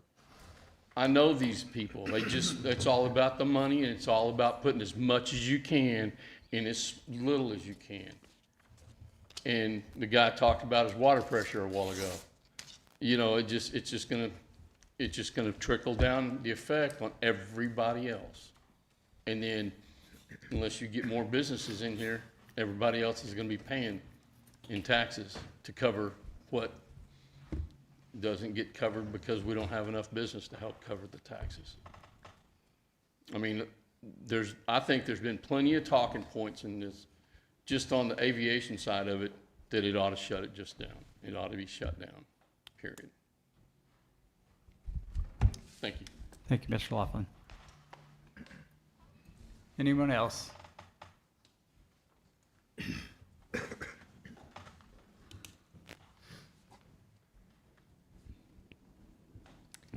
My name's Rhonda Rush. My husband and I live at 20398 Bill Young Road, pretty much in the middle of Butler World over there. And we like it there. It's the country. I don't have a lot to add to what my neighbors have said, but I will address a couple of things. One, as far as what was mentioned earlier, by the lady who owns a property on the corner of 59 and Bill Young, I received not one piece of mail about this in any way, shape, or form. The only way we knew about it was visiting with my neighbors and our friends, and the sign that all of a sudden popped up there, but not one piece of mail addressing any of this as far as notifications or anything like that. And I think that was pretty common with some of the people who live in that area. But my house is right across the road from where this is at. One concern I do have is drainage, because that is going to back up to my property. And if you have not driven out there to Bill Young 59 in that area on Airport Road, that water backs up really fast. Drive out there when we get 6 inches of rain in less than an hour. It's backing up somewhere. It drains down pretty fast and disappears pretty fast, but it backs up. And if this doesn't drain properly and you start addressing and you put stuff in that property, but if you don't address all the infrastructure around it, that water's still gonna back up into their chicken houses, into our property, onto my property, even with ponds. Those ponds, those retention ponds are a great idea. You need them. How deep are they? Because you're gonna need them when spring rains start coming and we're gonna get 5 or 6 inches of rain in a short amount of time. And as far as the traffic goes, I drive down Airport Road every day, drive out to 59 most days. Nikki's right. I've waited and backed up myself to let a semi turn from right onto Bill Young Road. There's not space for semis to turn there, and they do have to come there because they got to take out their chickens. And it does smell. We live in the country. I'm a Kansas farm girl. I know what that smells like. My dad always said it smelled like money. You know, but these people who will be buying these homes, they're not farm girls. They're not farm boys. They're not going to understand the smells, the chickens. I live around all of those chicken houses, and I would not buy a house that's directly across from the vents from those chicken houses. That's a lot of dirt and a lot of smell coming into your house, and then you have health effects that go with that. But I would really encourage you, especially Airport Road really needs to be addressed. I drive it every day. It's horrible. My daughter called the patching Lightning McQueen's first pass in Radiator Springs with old Bessie. If you've seen Lightning McQueen, go drive down there and see what it looks like, because that's what it is. You know, and you add the construction traffic that's going to come from developing these houses, it's gonna really deplete that road. That's 3 minutes, ma'am. Go ahead. Thank you. Thank you. Any additional comments? If not, I will come back to the commissioners. Commissioners, comments, questions?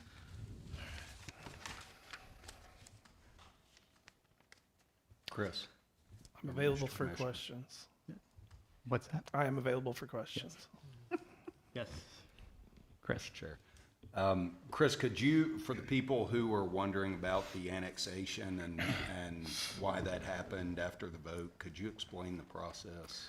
I will deflect that to the senior planner. I will just kind of do a prelude that it's 2 different types of annexation. There's multiple types defined by state law. There's a annexation that would go to the vote. That was what was denied. However, there is an annexation by petition of owners, and Ben can explain how that works. Yes, Mr. Chairman, Chris Paxton is correct. An owner can petition individually. It's called a voluntary annexation.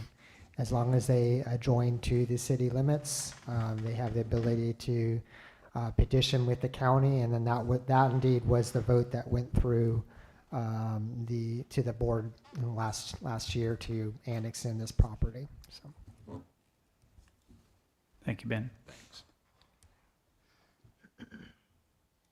Commissioners?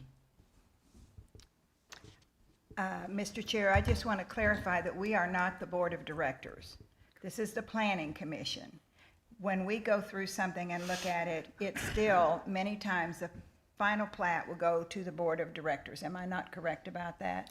That's correct, and I will just explain that what you just stated is the final plat goes to the That's Board of right. Directors. We are not looking at the final plat. We are currently looking at the preliminary plat. So what would happen is if the Planning Commission approves this, then it would be subject to a 10-day appeal by 2 or more members of the Board of Directors. They would not be looking at this de novo, which means they would not be looking at this with the fresh eyes, they would be reviewing the evidence that was provided to the Planning Commission. And they would be determining whether or not the Planning Commission made an error in their approval of the permit. As far as the final plat, as you had mentioned, that would come through separately. There's two different processes for a final plat. If it's built exactly the way that the preliminary plat is approved or was approved, then it would be a really simple final plat. If it would just go straight to the board. If the developer made some minor changes that have to be corrected, usually this would be easements that have to move or minor changes to a lot size to adjust to a certain, they can make these minor changes, but that has to come back to the Planning Commission and then it goes to the Board of Directors. Houses, however, do not get built until after the final plat approval. A final plat approval is really just a magisterial approval process to say yes, it did, or no, it did not get built as it was approved by the body that approved the preliminary plat. Thank you, Chris. Mr. Chair? Yes. Could staff confirm, there was a comment made about the 2040 comp map zoning some of these farms as residential. The 2040 plan is, I believe what's being referenced is our future land use determinations. Future land use is not zoning. Future land use is an idea as to what in the future it may be determined. Lots of farmland along corridors, closer to highways and areas that may be industrial. They may not match the current use. The current use would be agricultural, and possibly it could be residential for a future land use map, or industrial for a future land use map. It doesn't have to match what the existing use is. It could potentially be an existing use for the next 50 years. However, eventually, that is what a future land use map is saying. Eventually, maybe it's 10 years, maybe it's 50 years. Eventually, it would the city is saying that they would like to see this area develop in a certain pattern. That future land use map in this area was identified as being neighborhood 1, and that goes all the way to the current northern line of the city, I believe. However, when they did bring this specific property in, the southwest portion that's not a part of this preliminary plat, and I believe I was asked a question also about an area that was brought in as A1. That was requested, and that didn't pertain to the area that's currently being developed. That will likely come back in a future development for that portion of that annexation. That'll come back for a future development and need a rezone because they had requested that area to stay A1. Mr. Chairman, Yes. I did want to clarify one thing. The land that's to the north of Bill Young Road, which I believe is where the chicken farms are, that is not classified as housing on the future land use map. It's just shown as open area. Thank you. Thank you. Commissioners? I had one minor question. Earlier you referenced the extension of sewer and water in there. Will all of the extension or rebuild cross city property, or will it be subject to crossing private property? Since this area is basically surrounded by farmland on 3 sides. I think that's a land use question, so I'll take that one. When you have a new utility that cuts across the private property through the development, they will provide that easement location or provide that within a public right-of-way. That'll be dedicated. Any easements that go across the current private property would be dedicated with the final plat that would be dedicated for utility easement usage or in the public right-of-way, which then it would be considered a franchise utility. In other words, what you're saying is the landowners would not have a choice whether they allow them to cross their land. Typically, the easements are predetermined by lot, so there may be some exceptions to that for mains. However, each lot within the subdivision will be required to have easements that meet our city's code for the individual houses to connect to, and the primary mains that go through that area. We will have to look at those, and I believe it's probably already a part of the preliminary plat that's been proposed, because identifying where the utilities would go would be a part of the preliminary plat set as a whole. Thank you. Mr. Chairman, Yes. I have a question regarding the concerns we heard about the future of our airport. What we are saying now is that it can't develop where this land is. Does that mean that we can have no further development of our airport as it stands? No, you can develop within the airport, have additional taxis. You just wouldn't be able to extend the runway to the north. The FAA would not provide additional funds that would provide any extension of the runway to the north end. And I don't believe that there's any ability to extend it to the south end based off of Highway 412. Also, one comment that was made was that we could, quote, move the airport. The FAA has also informed us that they would not support moving the airport. Thank you. Commissioners? Chris, can you talk a little bit about the traffic light process? I know that the state won't put a traffic light in anticipation of additional traffic, correct? Sure. There's a process called a warrant study. And a warrant study has been achieved at Bill Young and 59 that does say that there's already a warrant for a stoplight at that location. However, neither of that entire intersection, I don't believe, touches the city limits. So we're still looking at different options, whether or not the city can expend funds in that area. However, as of right now, it would look like either the state or the county or a combination of those two would be responsible for improving that traffic signal at this time.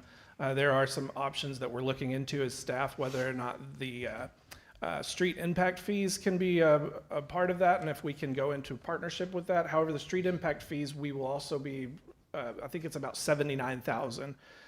Those street impact fees would not be sufficient enough to cover the entire cost of intersection upgrade for that. So we would have to identify what the board's goals would be for that funding, and whether or not this area is even capable of having funds expended from the city associated with that intersection. Right. But people could contact their county officials also in reference to that, right? I will not give advice based off of county. Thank you. I'm just saying they could.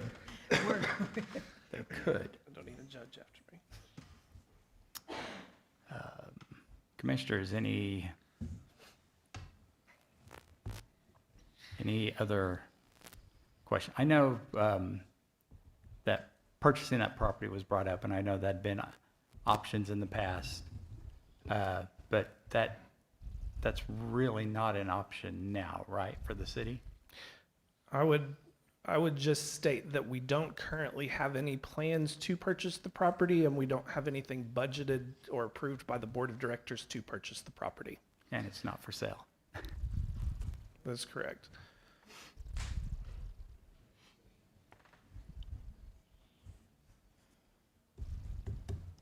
Commissioners, any other questions or comments?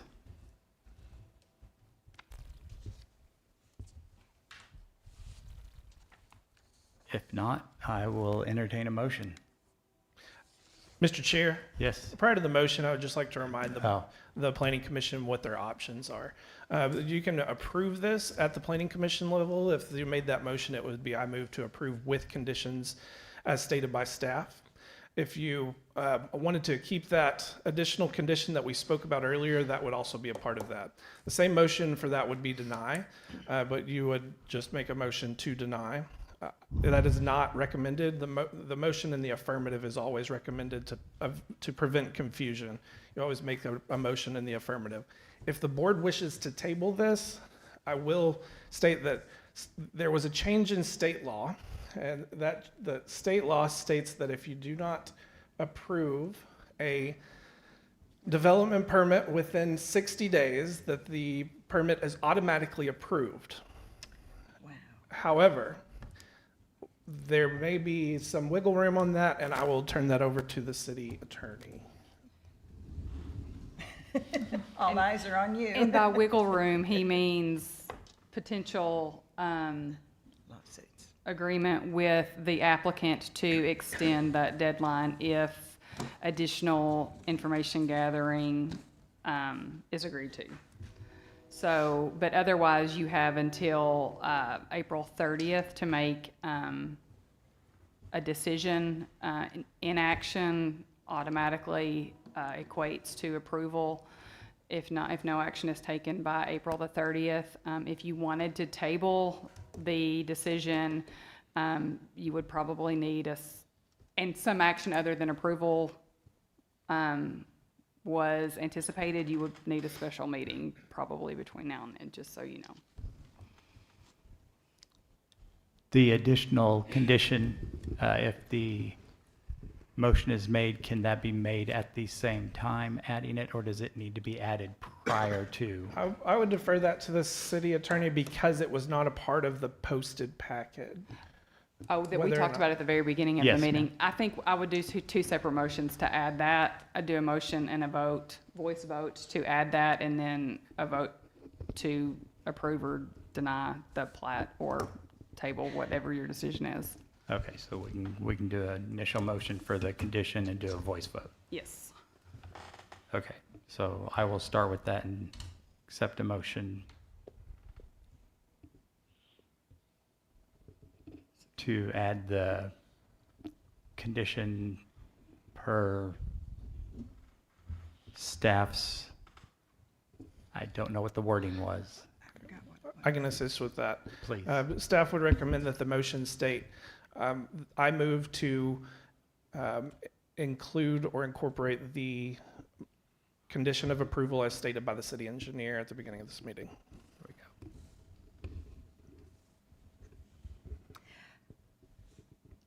Mr. Chair, I make a motion that we include the statement of condition as reported by the city engineer in our statements of condition for approval of this, of PP 2601. So I have a motion to add the third condition. Do I have a second? I'll second that motion. Have a motion and second. All in favor? Aye. Aye. All opposed? Okay, motion passes to add that third condition. Now I will entertain a motion, reference preliminary plat development permit PP 2601.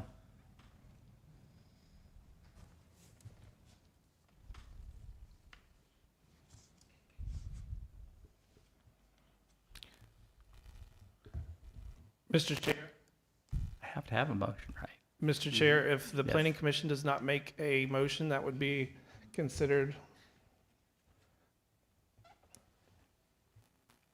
It's nothing tonight. There would be an implication come April 30th if no action is taken. That's correct.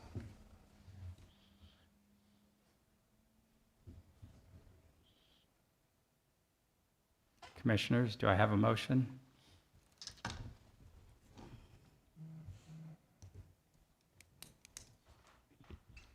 Even to table till a special call meeting. Mr. Chair, I recommend calling for the motion one more time. Commissioners, I'll entertain a motion to approve preliminary plat development permit PP 2601 as presented with stated conditions. Mr. Chair, I will make that motion so that we take action on it one way or the other. I move a motion that we approve preliminary plat development permit PP 2601 with stated conditions. I have a motion. Do I have a second? I'll second that motion. Have a motion and a second. Roll call, please. McKinney, No. Sutton, No. No. Olson, Yes. Kay Williams, Yes. Renard, Yes. Sally, No. T. Williams. I will vote yes, only because, as I understand it, this motion then would send it to the city council, which must make the final decision. I am not in favor of this subdivision. That's not correct. But I will vote yes to send it to the commission. Mr. Chair, Yes. Yes, sir. the Planning Commission is the final authority on preliminary plat, except through an appeal. Then I will change my vote to no. Roll is complete. So the motion fails 4-3.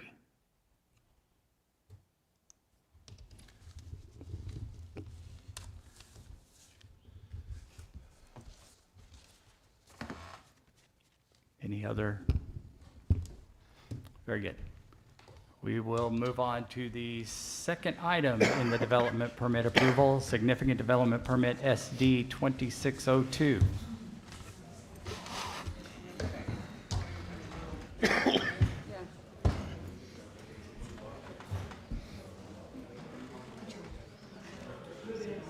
Mr. Chair, would you like me to wait for a couple of minutes? Yeah, let it. He's gonna wait just a minute. Let him. They're gonna take just a second. I can go get a drink of water. Yeah. My allergies are I know, and they're killing me. I wish I brought my water in. There might be some in there. If there's any. There should be some right there. In that refrigerator. So in 30 days, if we don't do something by April 30th. Yeah. Will we just get sued?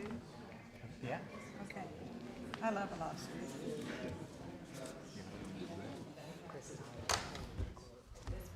I'm pretty appalled. It's 'cause Serious question now. how much money Yeah. big.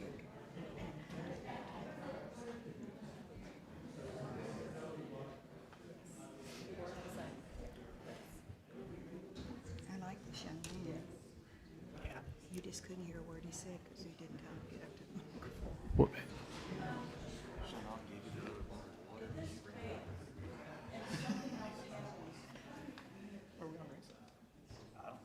That's a question over there. For Chris.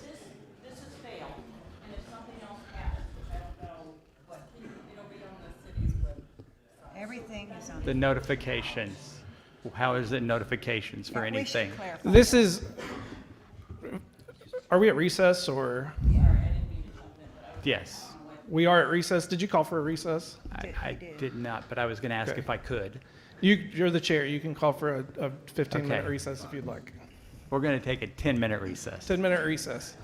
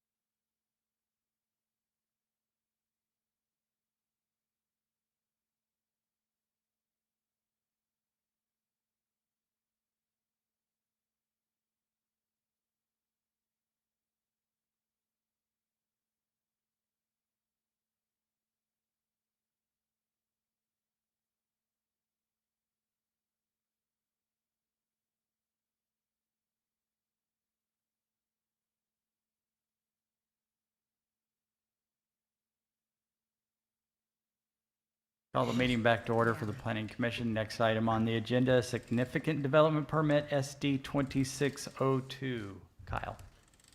Thank you, Mr. Chair. Kyle Belt, planner, commissioners. I'd like to start off by apologizing. I had some issues with the formatting on the packet. So when you're referring to this project, you're going to want to start on page 117. Is your mic on? Because Yeah, I we can can't hear barely you. hear you. Can you hear me now? Is that Yes. better? Okay, I perfect. think for everybody, get I close just- to your mic, yeah. I worry it carries a lot. No. So doesn't. I was just letting y'all know that I had some formatting errors when we were putting the packet together. And this is actually going to start on page 117 for this project, just as a heads up. So this is a significant development permit request at the airport, which is at 4451 Smithfield Drive. It is in the I-1 Industrial District. And the applicant, being the airport, City of Siloam's airport, is requesting to construct a taxi lane totaling 150,211.4 square feet on approximately 134.71 acres. So you can see here, this is the subject parcel. The future land use map and the zoning all match up. And our staff findings are that the proposal complies with all applicable code and zoning requirements. This was mostly a formality in terms of making sure that the engineering and other related aspects to the infrastructure were meeting code. In terms of zoning code, there are even aspects that are omitted, such as landscaping, et cetera, for safety reasons. And staff is available for any questions if you have them. Thank you, Kyle. Are there any questions or comments from anyone in the public? If not, commissioners, any questions or comments regarding significant development permit SD 2602? If there are not, I will entertain a motion for approval of significant development permit SD 2602.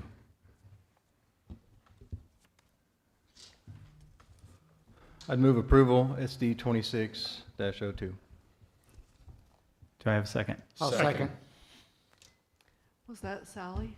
Sure. Thank you. Yes, ma'am. Have a motion and a second. Roll call, please.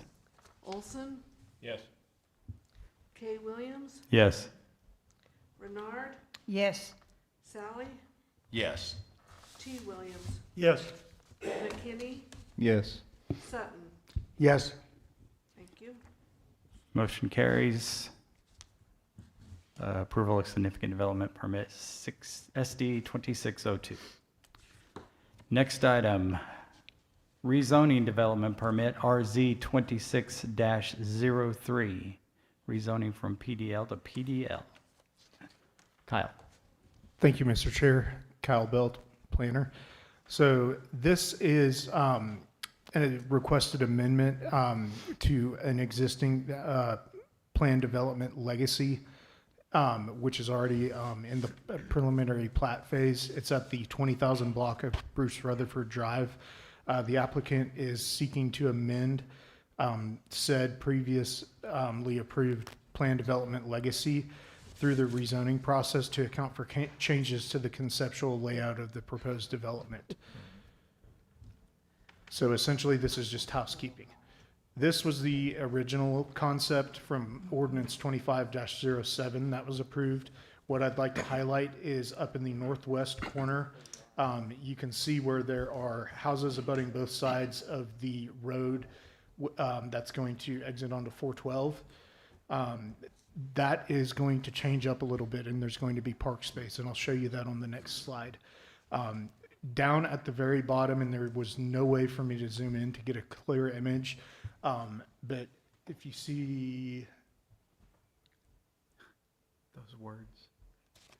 those words, you can't see my cursor, but those words that are pointing to the street on the left that terminates at Bruce Rutherford Drive, it refers to a future roundabout, which was condition number 5 when this was originally approved.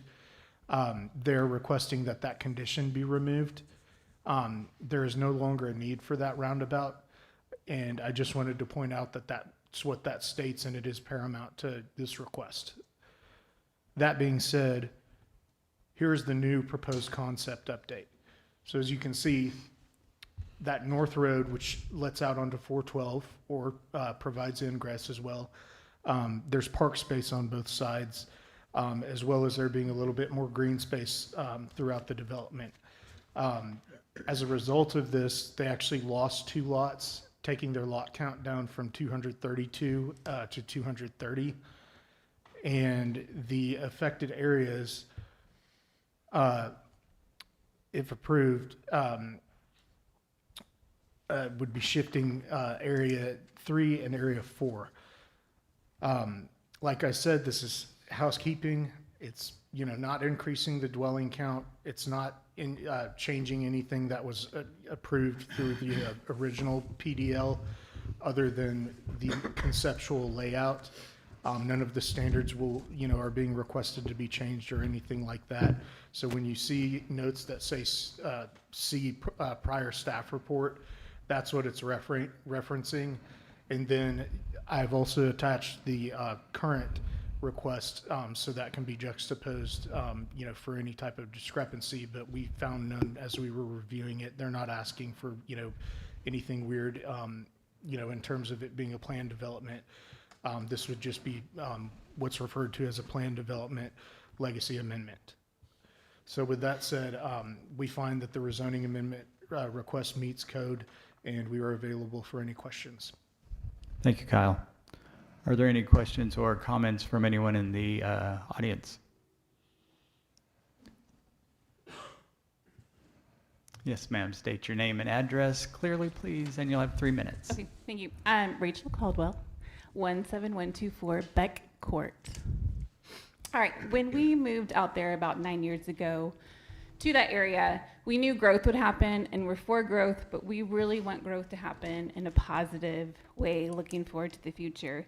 When we moved out there, we looked at the master street plan, and the master street plan showed Highway 59 extending down to Keck Road to get traffic onto 412, which we were excited about. As you know, there's been a lot of growth happening on Kenwood, and there's a lot of traffic that picked up. And I know there's plans to improve Kenwood, which is great, but that's not going to help get traffic onto 412. There are locations that will put you onto 412, but those, if you've ever been out there trying to get onto 412 from those locations by the sales barn or by O'Reilly's, where this one I think is coming out, it is very dangerous. There's a lot of traffic out that way, and it's just, in our opinion, not the safest place. But if we put them out at Highway 59 and 412 meet, there's a stoplight, which would make it a safe alternative to get traffic onto 412. I know they are getting rid of the roundabout. So here's my question is, they had in the first development a collector street, which came out towards Rutherford on the southern part. But when we were looking back through the new amended plans, it doesn't have it as a collector street. The master street plan has it as a collector street, which according to my research was codified, so in January 2026. So my question is, why are we choosing to deviate from a collector street and having a collector street change into a neighborhood street for that subdivision? Thank you. Thank you. Good question. Is that a change on there? Because that is still a future.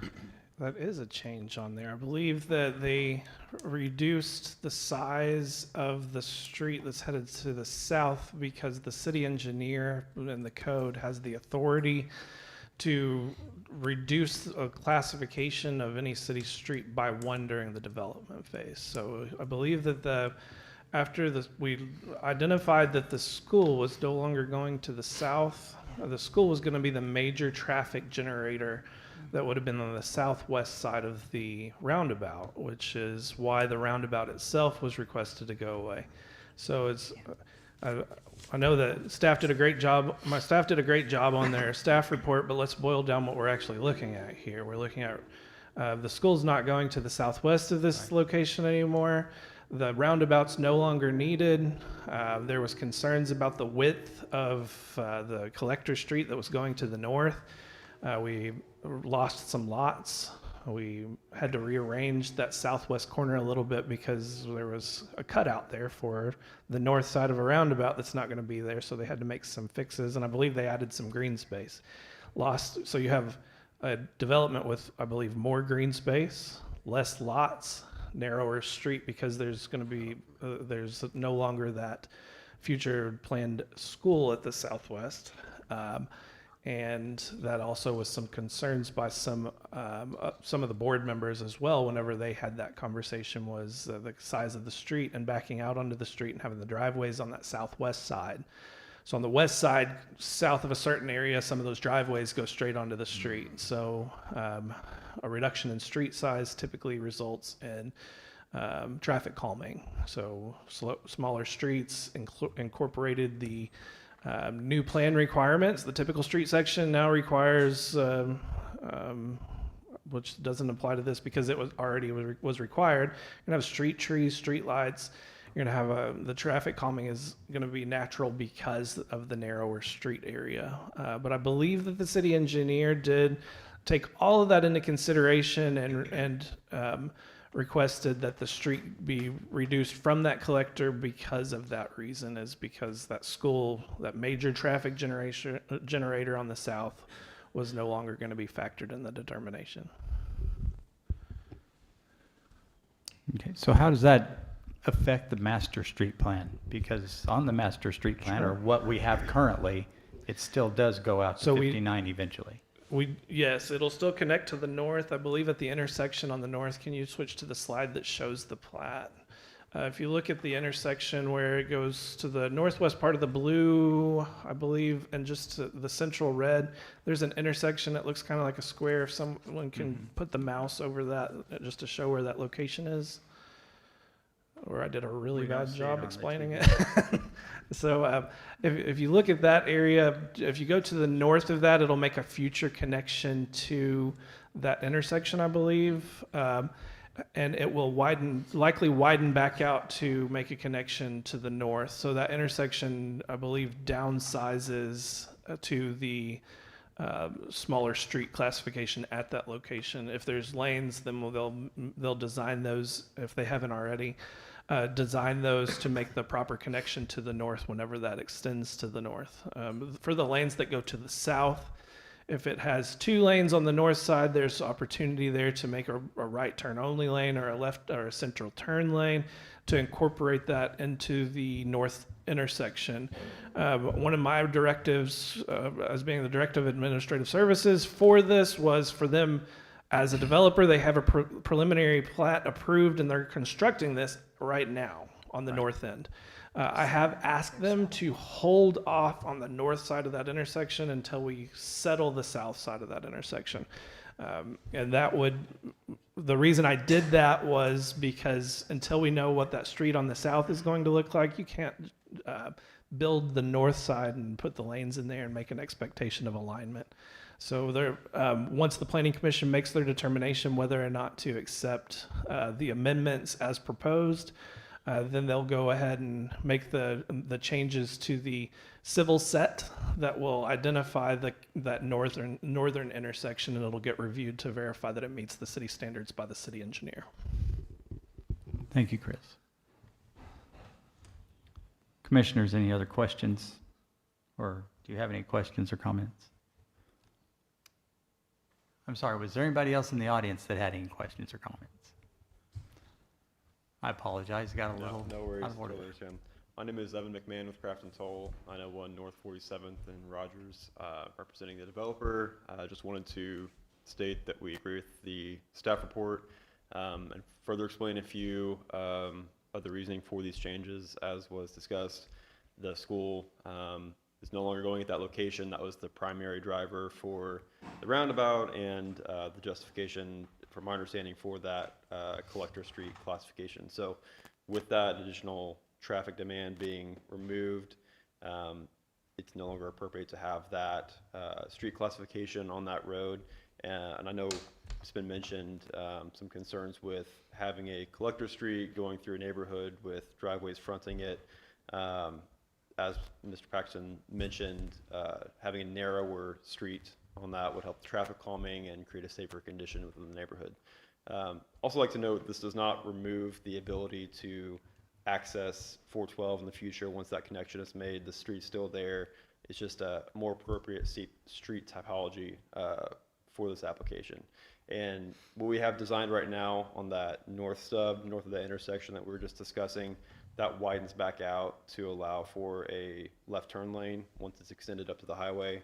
The understanding is that the area north of this subdivision would probably develop as commercial, and so it's already designed to be more conducive to that connection. But south of that intersection does go back down to a smaller street classification.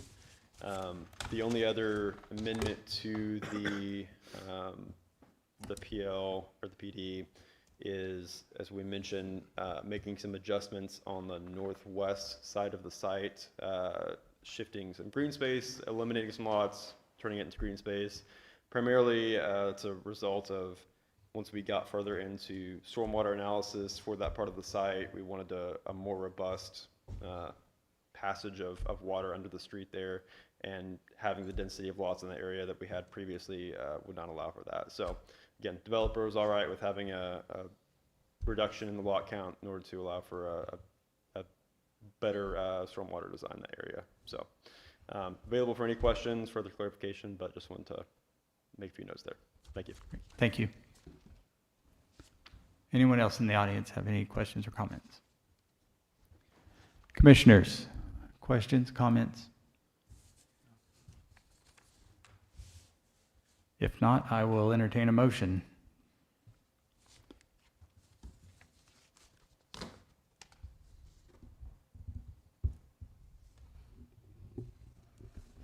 I'll entertain a motion to approve rezoning development permit RZ 2603 with the presented amendments. Mr. Chairman, I make a motion to approve rezoning development permit RZ 2603 with Presented amendments. the presented amendments. I have a motion. Do I have a second? I'll second the motion. I have a motion and a second. Roll call, please. Renard, Yes. Sally, Yes. T. Williams, Yes. McKinney, Yes. Sutton, Yes. Olson, Yes. K. Williams. Yes. Thank you. Motion carries. This will go before the board May 5th, 2026. Next, item F, code amendment to chapter 35 of the new UDC. It's, can you hear me? Yes. Yes. Thank you, Mr. Chairman, Planning Commission, Ben Rhoads. So we're switching gears to code amendments. So we have approved the Unified Development Code as of November 4th last year. And almost immediately we started administering that code for new projects and just reviews and all that thing. And of course, with a code of this size and breadth and complication, there are undoubtedly typographical errors and things that are discovered as we start going through the code and using it on a day-to-day basis. So this is just a general update to the full chapter, just addressing a few of these changes. We've attached a redaction. That's the picture that we show on the right. If not familiar with that, crossed out text is intended for deletion, and any underlined text is intended to be inserted in the code. So I'm going to go just over very briefly just some of the changes we're suggesting, so you know what you're approving. So in section 1, it's a change to title 3. We're just making a general reference back to the standard notice requirements rather than utilizing a particular permit type for notice, and that just provides a little bit better clarity as to what to use when you're looking at notifications. And then for section 2, it's simply just updating the numbering scheme that was had the incorrect. It was Roman numerals. It should have been Arabic numerals, that type of thing. For section 3, this one probably the more substantive change. Update is when large significant trees are removed from a project site. They are now replaced a lesser amount, which is a 1-to-1 ratio. Previously, that was a 1-to-7 ratio, but that would only be for the area within the building footprint. So it was intended always that we would have a lesser ratio just because the building rights, you are guaranteed to be able to build on a property, and so we are going to just replace the trees that are cut down, not put 7 trees back for 1 tree cut down. So, but that's only within the building footprint area. If they are cutting down other trees on the property, that's the 1-to-7, so that stays. And then as far as section 4, that was a typographical correction to a quotation mark. Section 5, we just removed the reference to schedule of fees. We took out the schedule of fees already, but there were some parts in the code that still refer back to these schedule of fees that don't exist. So it created a circular reference. We just went ahead and took that out, and we're using the ITE manual for all our fees. The section 6 also includes removing of the schedule of fees, and then lastly a spelling correction in chapter 7. Section 7. So staff finds that the code updates are adequate as necessary for the intended purposes. If approved, the ordinance will be forwarded to the Board of Directors on May 5th, and with the Planning Commission's recommendation, and we're available for any of your questions. Thank you. Thank you, Ben. Are there any questions or comments from anybody in the audience?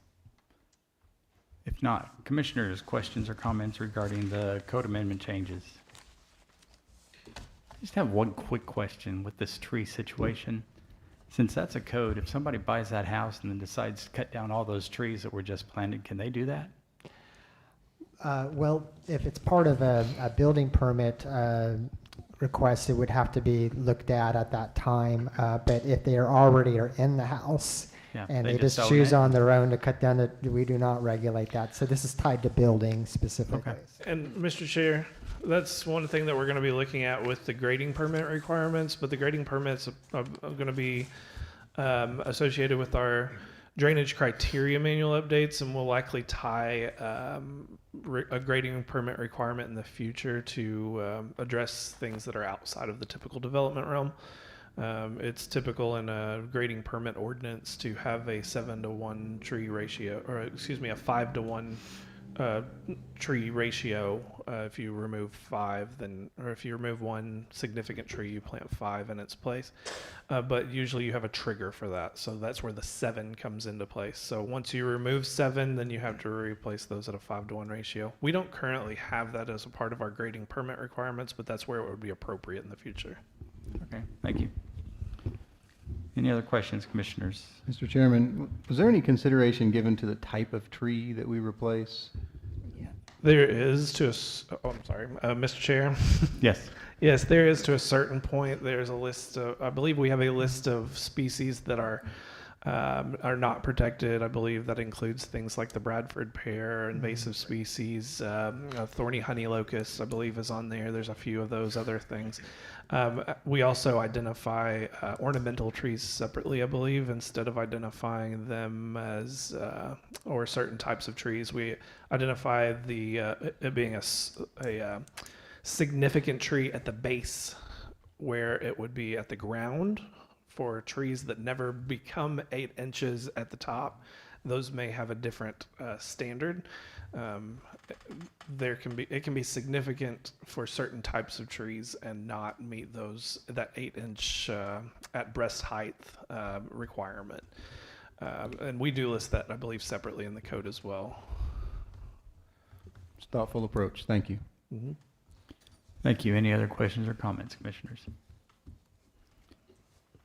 If not, I will entertain a motion to accept the code amendment changes to Chapter 35 of the UDC.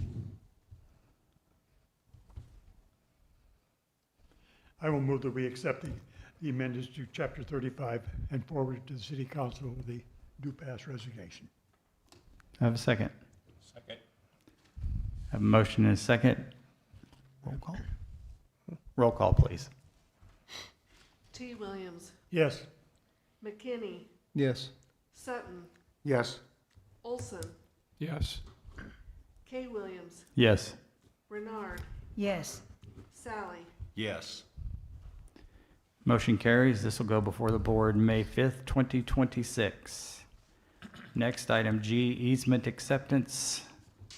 Kyle, back to you. Thank you, Mr. Chair. So we have 2 plats up for easement acceptance today. The first of those is lot split 2602. That's the Carswell lot split. This is at just south of 2500 South Elm Street. You can see up in the northeast corner of the plat, that's the confluence of South Elm and Mimosa Street. So that's the corner there where the Carswells actually live, and just to the south is a parcel of property that they had originally come in to request a minor subdivision into 4 lots, but Amended withdrew that request and then asked to do a lot split into 2 equal-sized lots with a 20-foot wide access and utility easement, which is on the north side. This has already passed through staff review, and it is just pending easement acceptance on your end. And we are available for any questions you may have. Thank you, Kyle. Are there any questions from the audience regarding these easement acceptances? If not, commissioners, any questions or comments? If not, I'll entertain a motion to accept the easements as presented. Mr. Chair, I'm making a motion that we accept the easements as presented. Second. Motion is second. Roll call, please. Renard, Yes. Sally, Yes. T. Williams, Yes. McKinney, Yes. Sutton, Yes. Olson, Yes. K. Williams. Yes. Thank you. Easement acceptance pass. Next, item H, staff announcements. Mr. Chair, we have one more. I'm sorry. I thought you did both of them for some reason. I apologize. I was a little lengthy. The second one is actually a city-initiated one at the McWilliams Trust location, which is at 983 School Street. It's there at the far east end of school, and it is the far lot to the right. You can see the hatched area right there. That's going to help the city maintain any of their interests, as well as keep that area cleaned out for the McWilliams family. And that has been put together by our in-house team, as well as reviewed externally as necessary.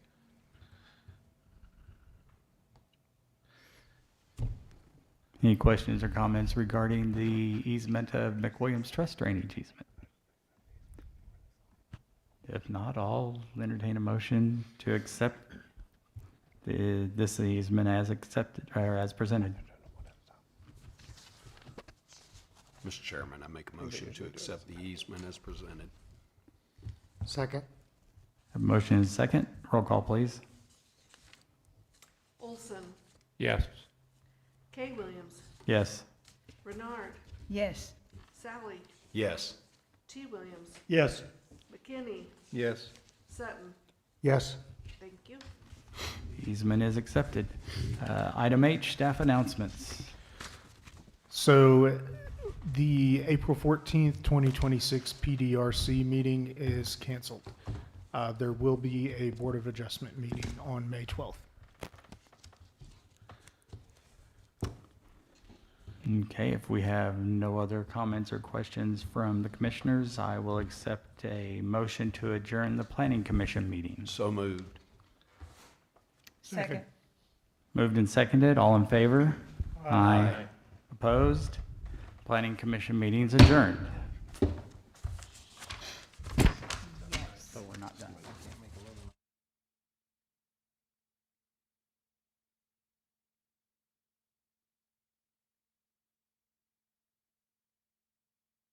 Now we're calling another meeting.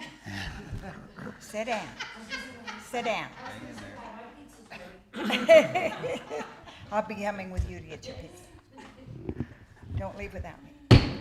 Call to order this City of Siloam Springs Board of Adjustments meeting for Tuesday, April 14th, 2026. Roll call, please. K. Williams, Here. Renard, Here. Sally, Here. T. Williams, Here. McKinney, Here. Sutton, Here. Olson. Here. First item on the agenda, approval of minutes from the regular meeting on January 13th, 2026. Commissioners, were there any comments or questions or changes on the minutes? If not, I will entertain a motion to approve the minutes from the January 13th, 2026 meeting. Motion to approve those minutes. Have a motion. Do I have a second?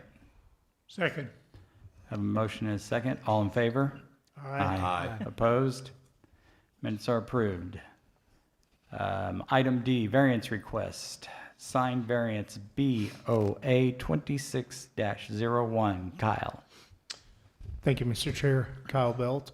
So this project is located at 915 East Shuri Whitlock Drive. It is in the GI General Institutional Zoning District. Specifically, this is a variance requesting a larger channel lit sign than what is allowed by right in the GI district, according to Title 5, Section 35-83, Table 6, which states that if the lot is surrounded by zone districts on 3 or more sides, all signs shall have their display area limited to no more than 32 square feet, and all lighting must be lit indirectly. As you can see here on the general area map, they are hemmed in on 3 sides by R3 zoning. I'm going to get into that a little bit later. So as we're presenting our findings, there's a few important things that we need to look through. Let's start with the applicant's argument. The applicant argues that the increased sign size is important from a traffic safety aspect and community perspective. Additionally, the applicant goes on to argue that the allowable size by code in this case does not provide a sign large enough for patients to locate the building. It can be argued that the applicant themselves has not correlated their request with the code sufficiently through their arguments. However, an important aspect of the site's location not noted by the applicant is that it is designated as local commercial on the future land use map, which calls for a variety of businesses and amenities that serve the local community, typically being lighter in nature and fitting uses such as this, small little grocery stores, corner shops, etc. You can see here that the local commercial designation was painted, if you will, just a little bit further on the GIS. That was intentional. It's not a mapping error in terms of going too far. It follows the Shuri Whitlock corridor. One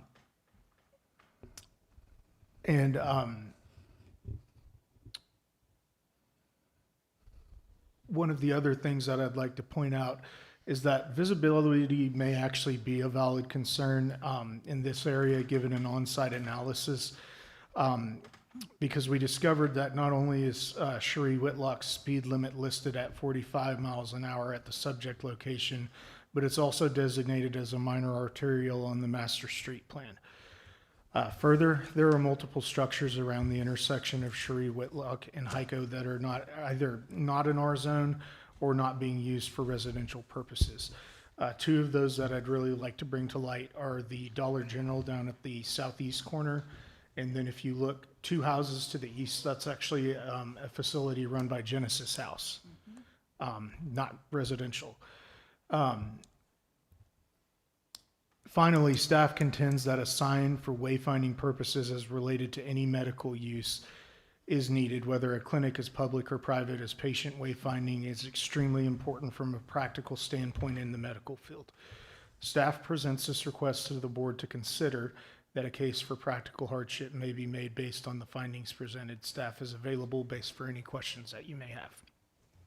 Thank you, Kyle. Any public comments on? Yeah, see if Nathaniel wants to say anything. Are there any questions or comments from anyone in the audience? If not, commissioners, any questions or comments regarding the variance for the sign? Excuse me, Mr. Chairman. Yes. This happens to be in my neighborhood, and I fully agree with the need for it. And I don't feel that it distracts in any way from the aesthetics of the neighborhood. Yeah, I don't have a problem with the size of the sign or how bright is the sign. That's, as it gets bigger, it seems like it would get brighter, and sometimes that can be even more distracting to drivers after dark. We did not get information on that from the applicant, but that is something that you could condition. I believe, if I'm not mistaken, Chris. Conditions of approval on a variance have to be, there has to be a rational nexus, so you have to, I would not say yes on this one because we have standards that the light can't bleed over. They would have to already meet any requirements for those lighting standards as far as light bleeding off of the site. So I don't think it would be appropriate to do a condition of approval on lumens, just because we already have lighting standards and we already have codes to meet. And I would not want to step on the planning commission to step on the toes of a codified piece of. So regardless of the size of the sign, there's still lumen brightness that it There has is. And I don't know those off the top of my head, but I do believe that anything that projects light off of a structure would have to meet the requirements for the just like if it was a mongoose light or any other type of light that would go off of it. Ben may have additional information. He's our sign administrator. Oh, another time. Thank you, Mr. Chairman. I'm not quite the sign administrator, but I did help write the code. You are now. Okay. Well, Promotion. Yes, there are definitely standards within the code. Particularly, those are more focused on the scrolling signs and the ones that have the changeable, what we call changeable copy, where they cycle in and out. But you know, if it is something that's a problem, you know, our sign team will look at that certainly when the permit comes through. But I wouldn't expect it to be any different than the Dollar General or, you know, anything else that's in the neighborhood. So. Okay, thank you. I was not aware that this was even a lighted sign. I'm Greg. Yes, that is actually one of their requests accompanying this variance It is is to to be have lighted? it lit, yes. But to their point, they would have to meet code standards regarding the lighting. It's not like they just get a free-for-all. It would just be allowing it to be lit. Okay. But they're not asking to break any lighting standards other than the fact that it is lit, if I'm speaking clearly at this point. Understood. So we're approving the size variance, correct? Right. The size and the Lighted ability sign. for them to have a And the channel lit illumination. sign, yes. But what you're saying is we still have the ability to have input on the brightness of that sign. Staff has that Well, ability. There's already guidelines. They would be limited by code. There's some code Yes, requirements there. they even, so if they acquire the variance, they still have to put in a sign application and they're still going to have to meet those standards. Okay. Just as Chris and Ben were saying. So it's not a free-for-all just because or not we, but it would not be a free-for-all just because you approved and said you can have a lit channel sign. That doesn't mean it can, you know, be brighter than, you know, Right. police lights or something like that, you know. Right. No, that was my only concern right there on the arterial street. Yes, Mr. Chair. Commissioners, any other questions or comments? If not, I'll accept a motion to approve sign variance BOA 2601. I move approval, sign variance, BOA 2601. Second.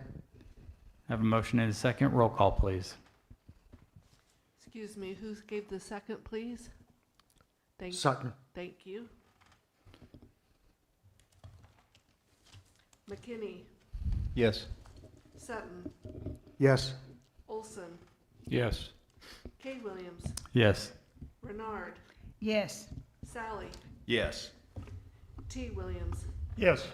Thank you. Sign variance is approved. Next item, adjournment of the Board of Adjustments. Do I have a motion to adjourn? So moved. Second. Moved and seconded. All in favor? Aye. Opposed? We are adjourned.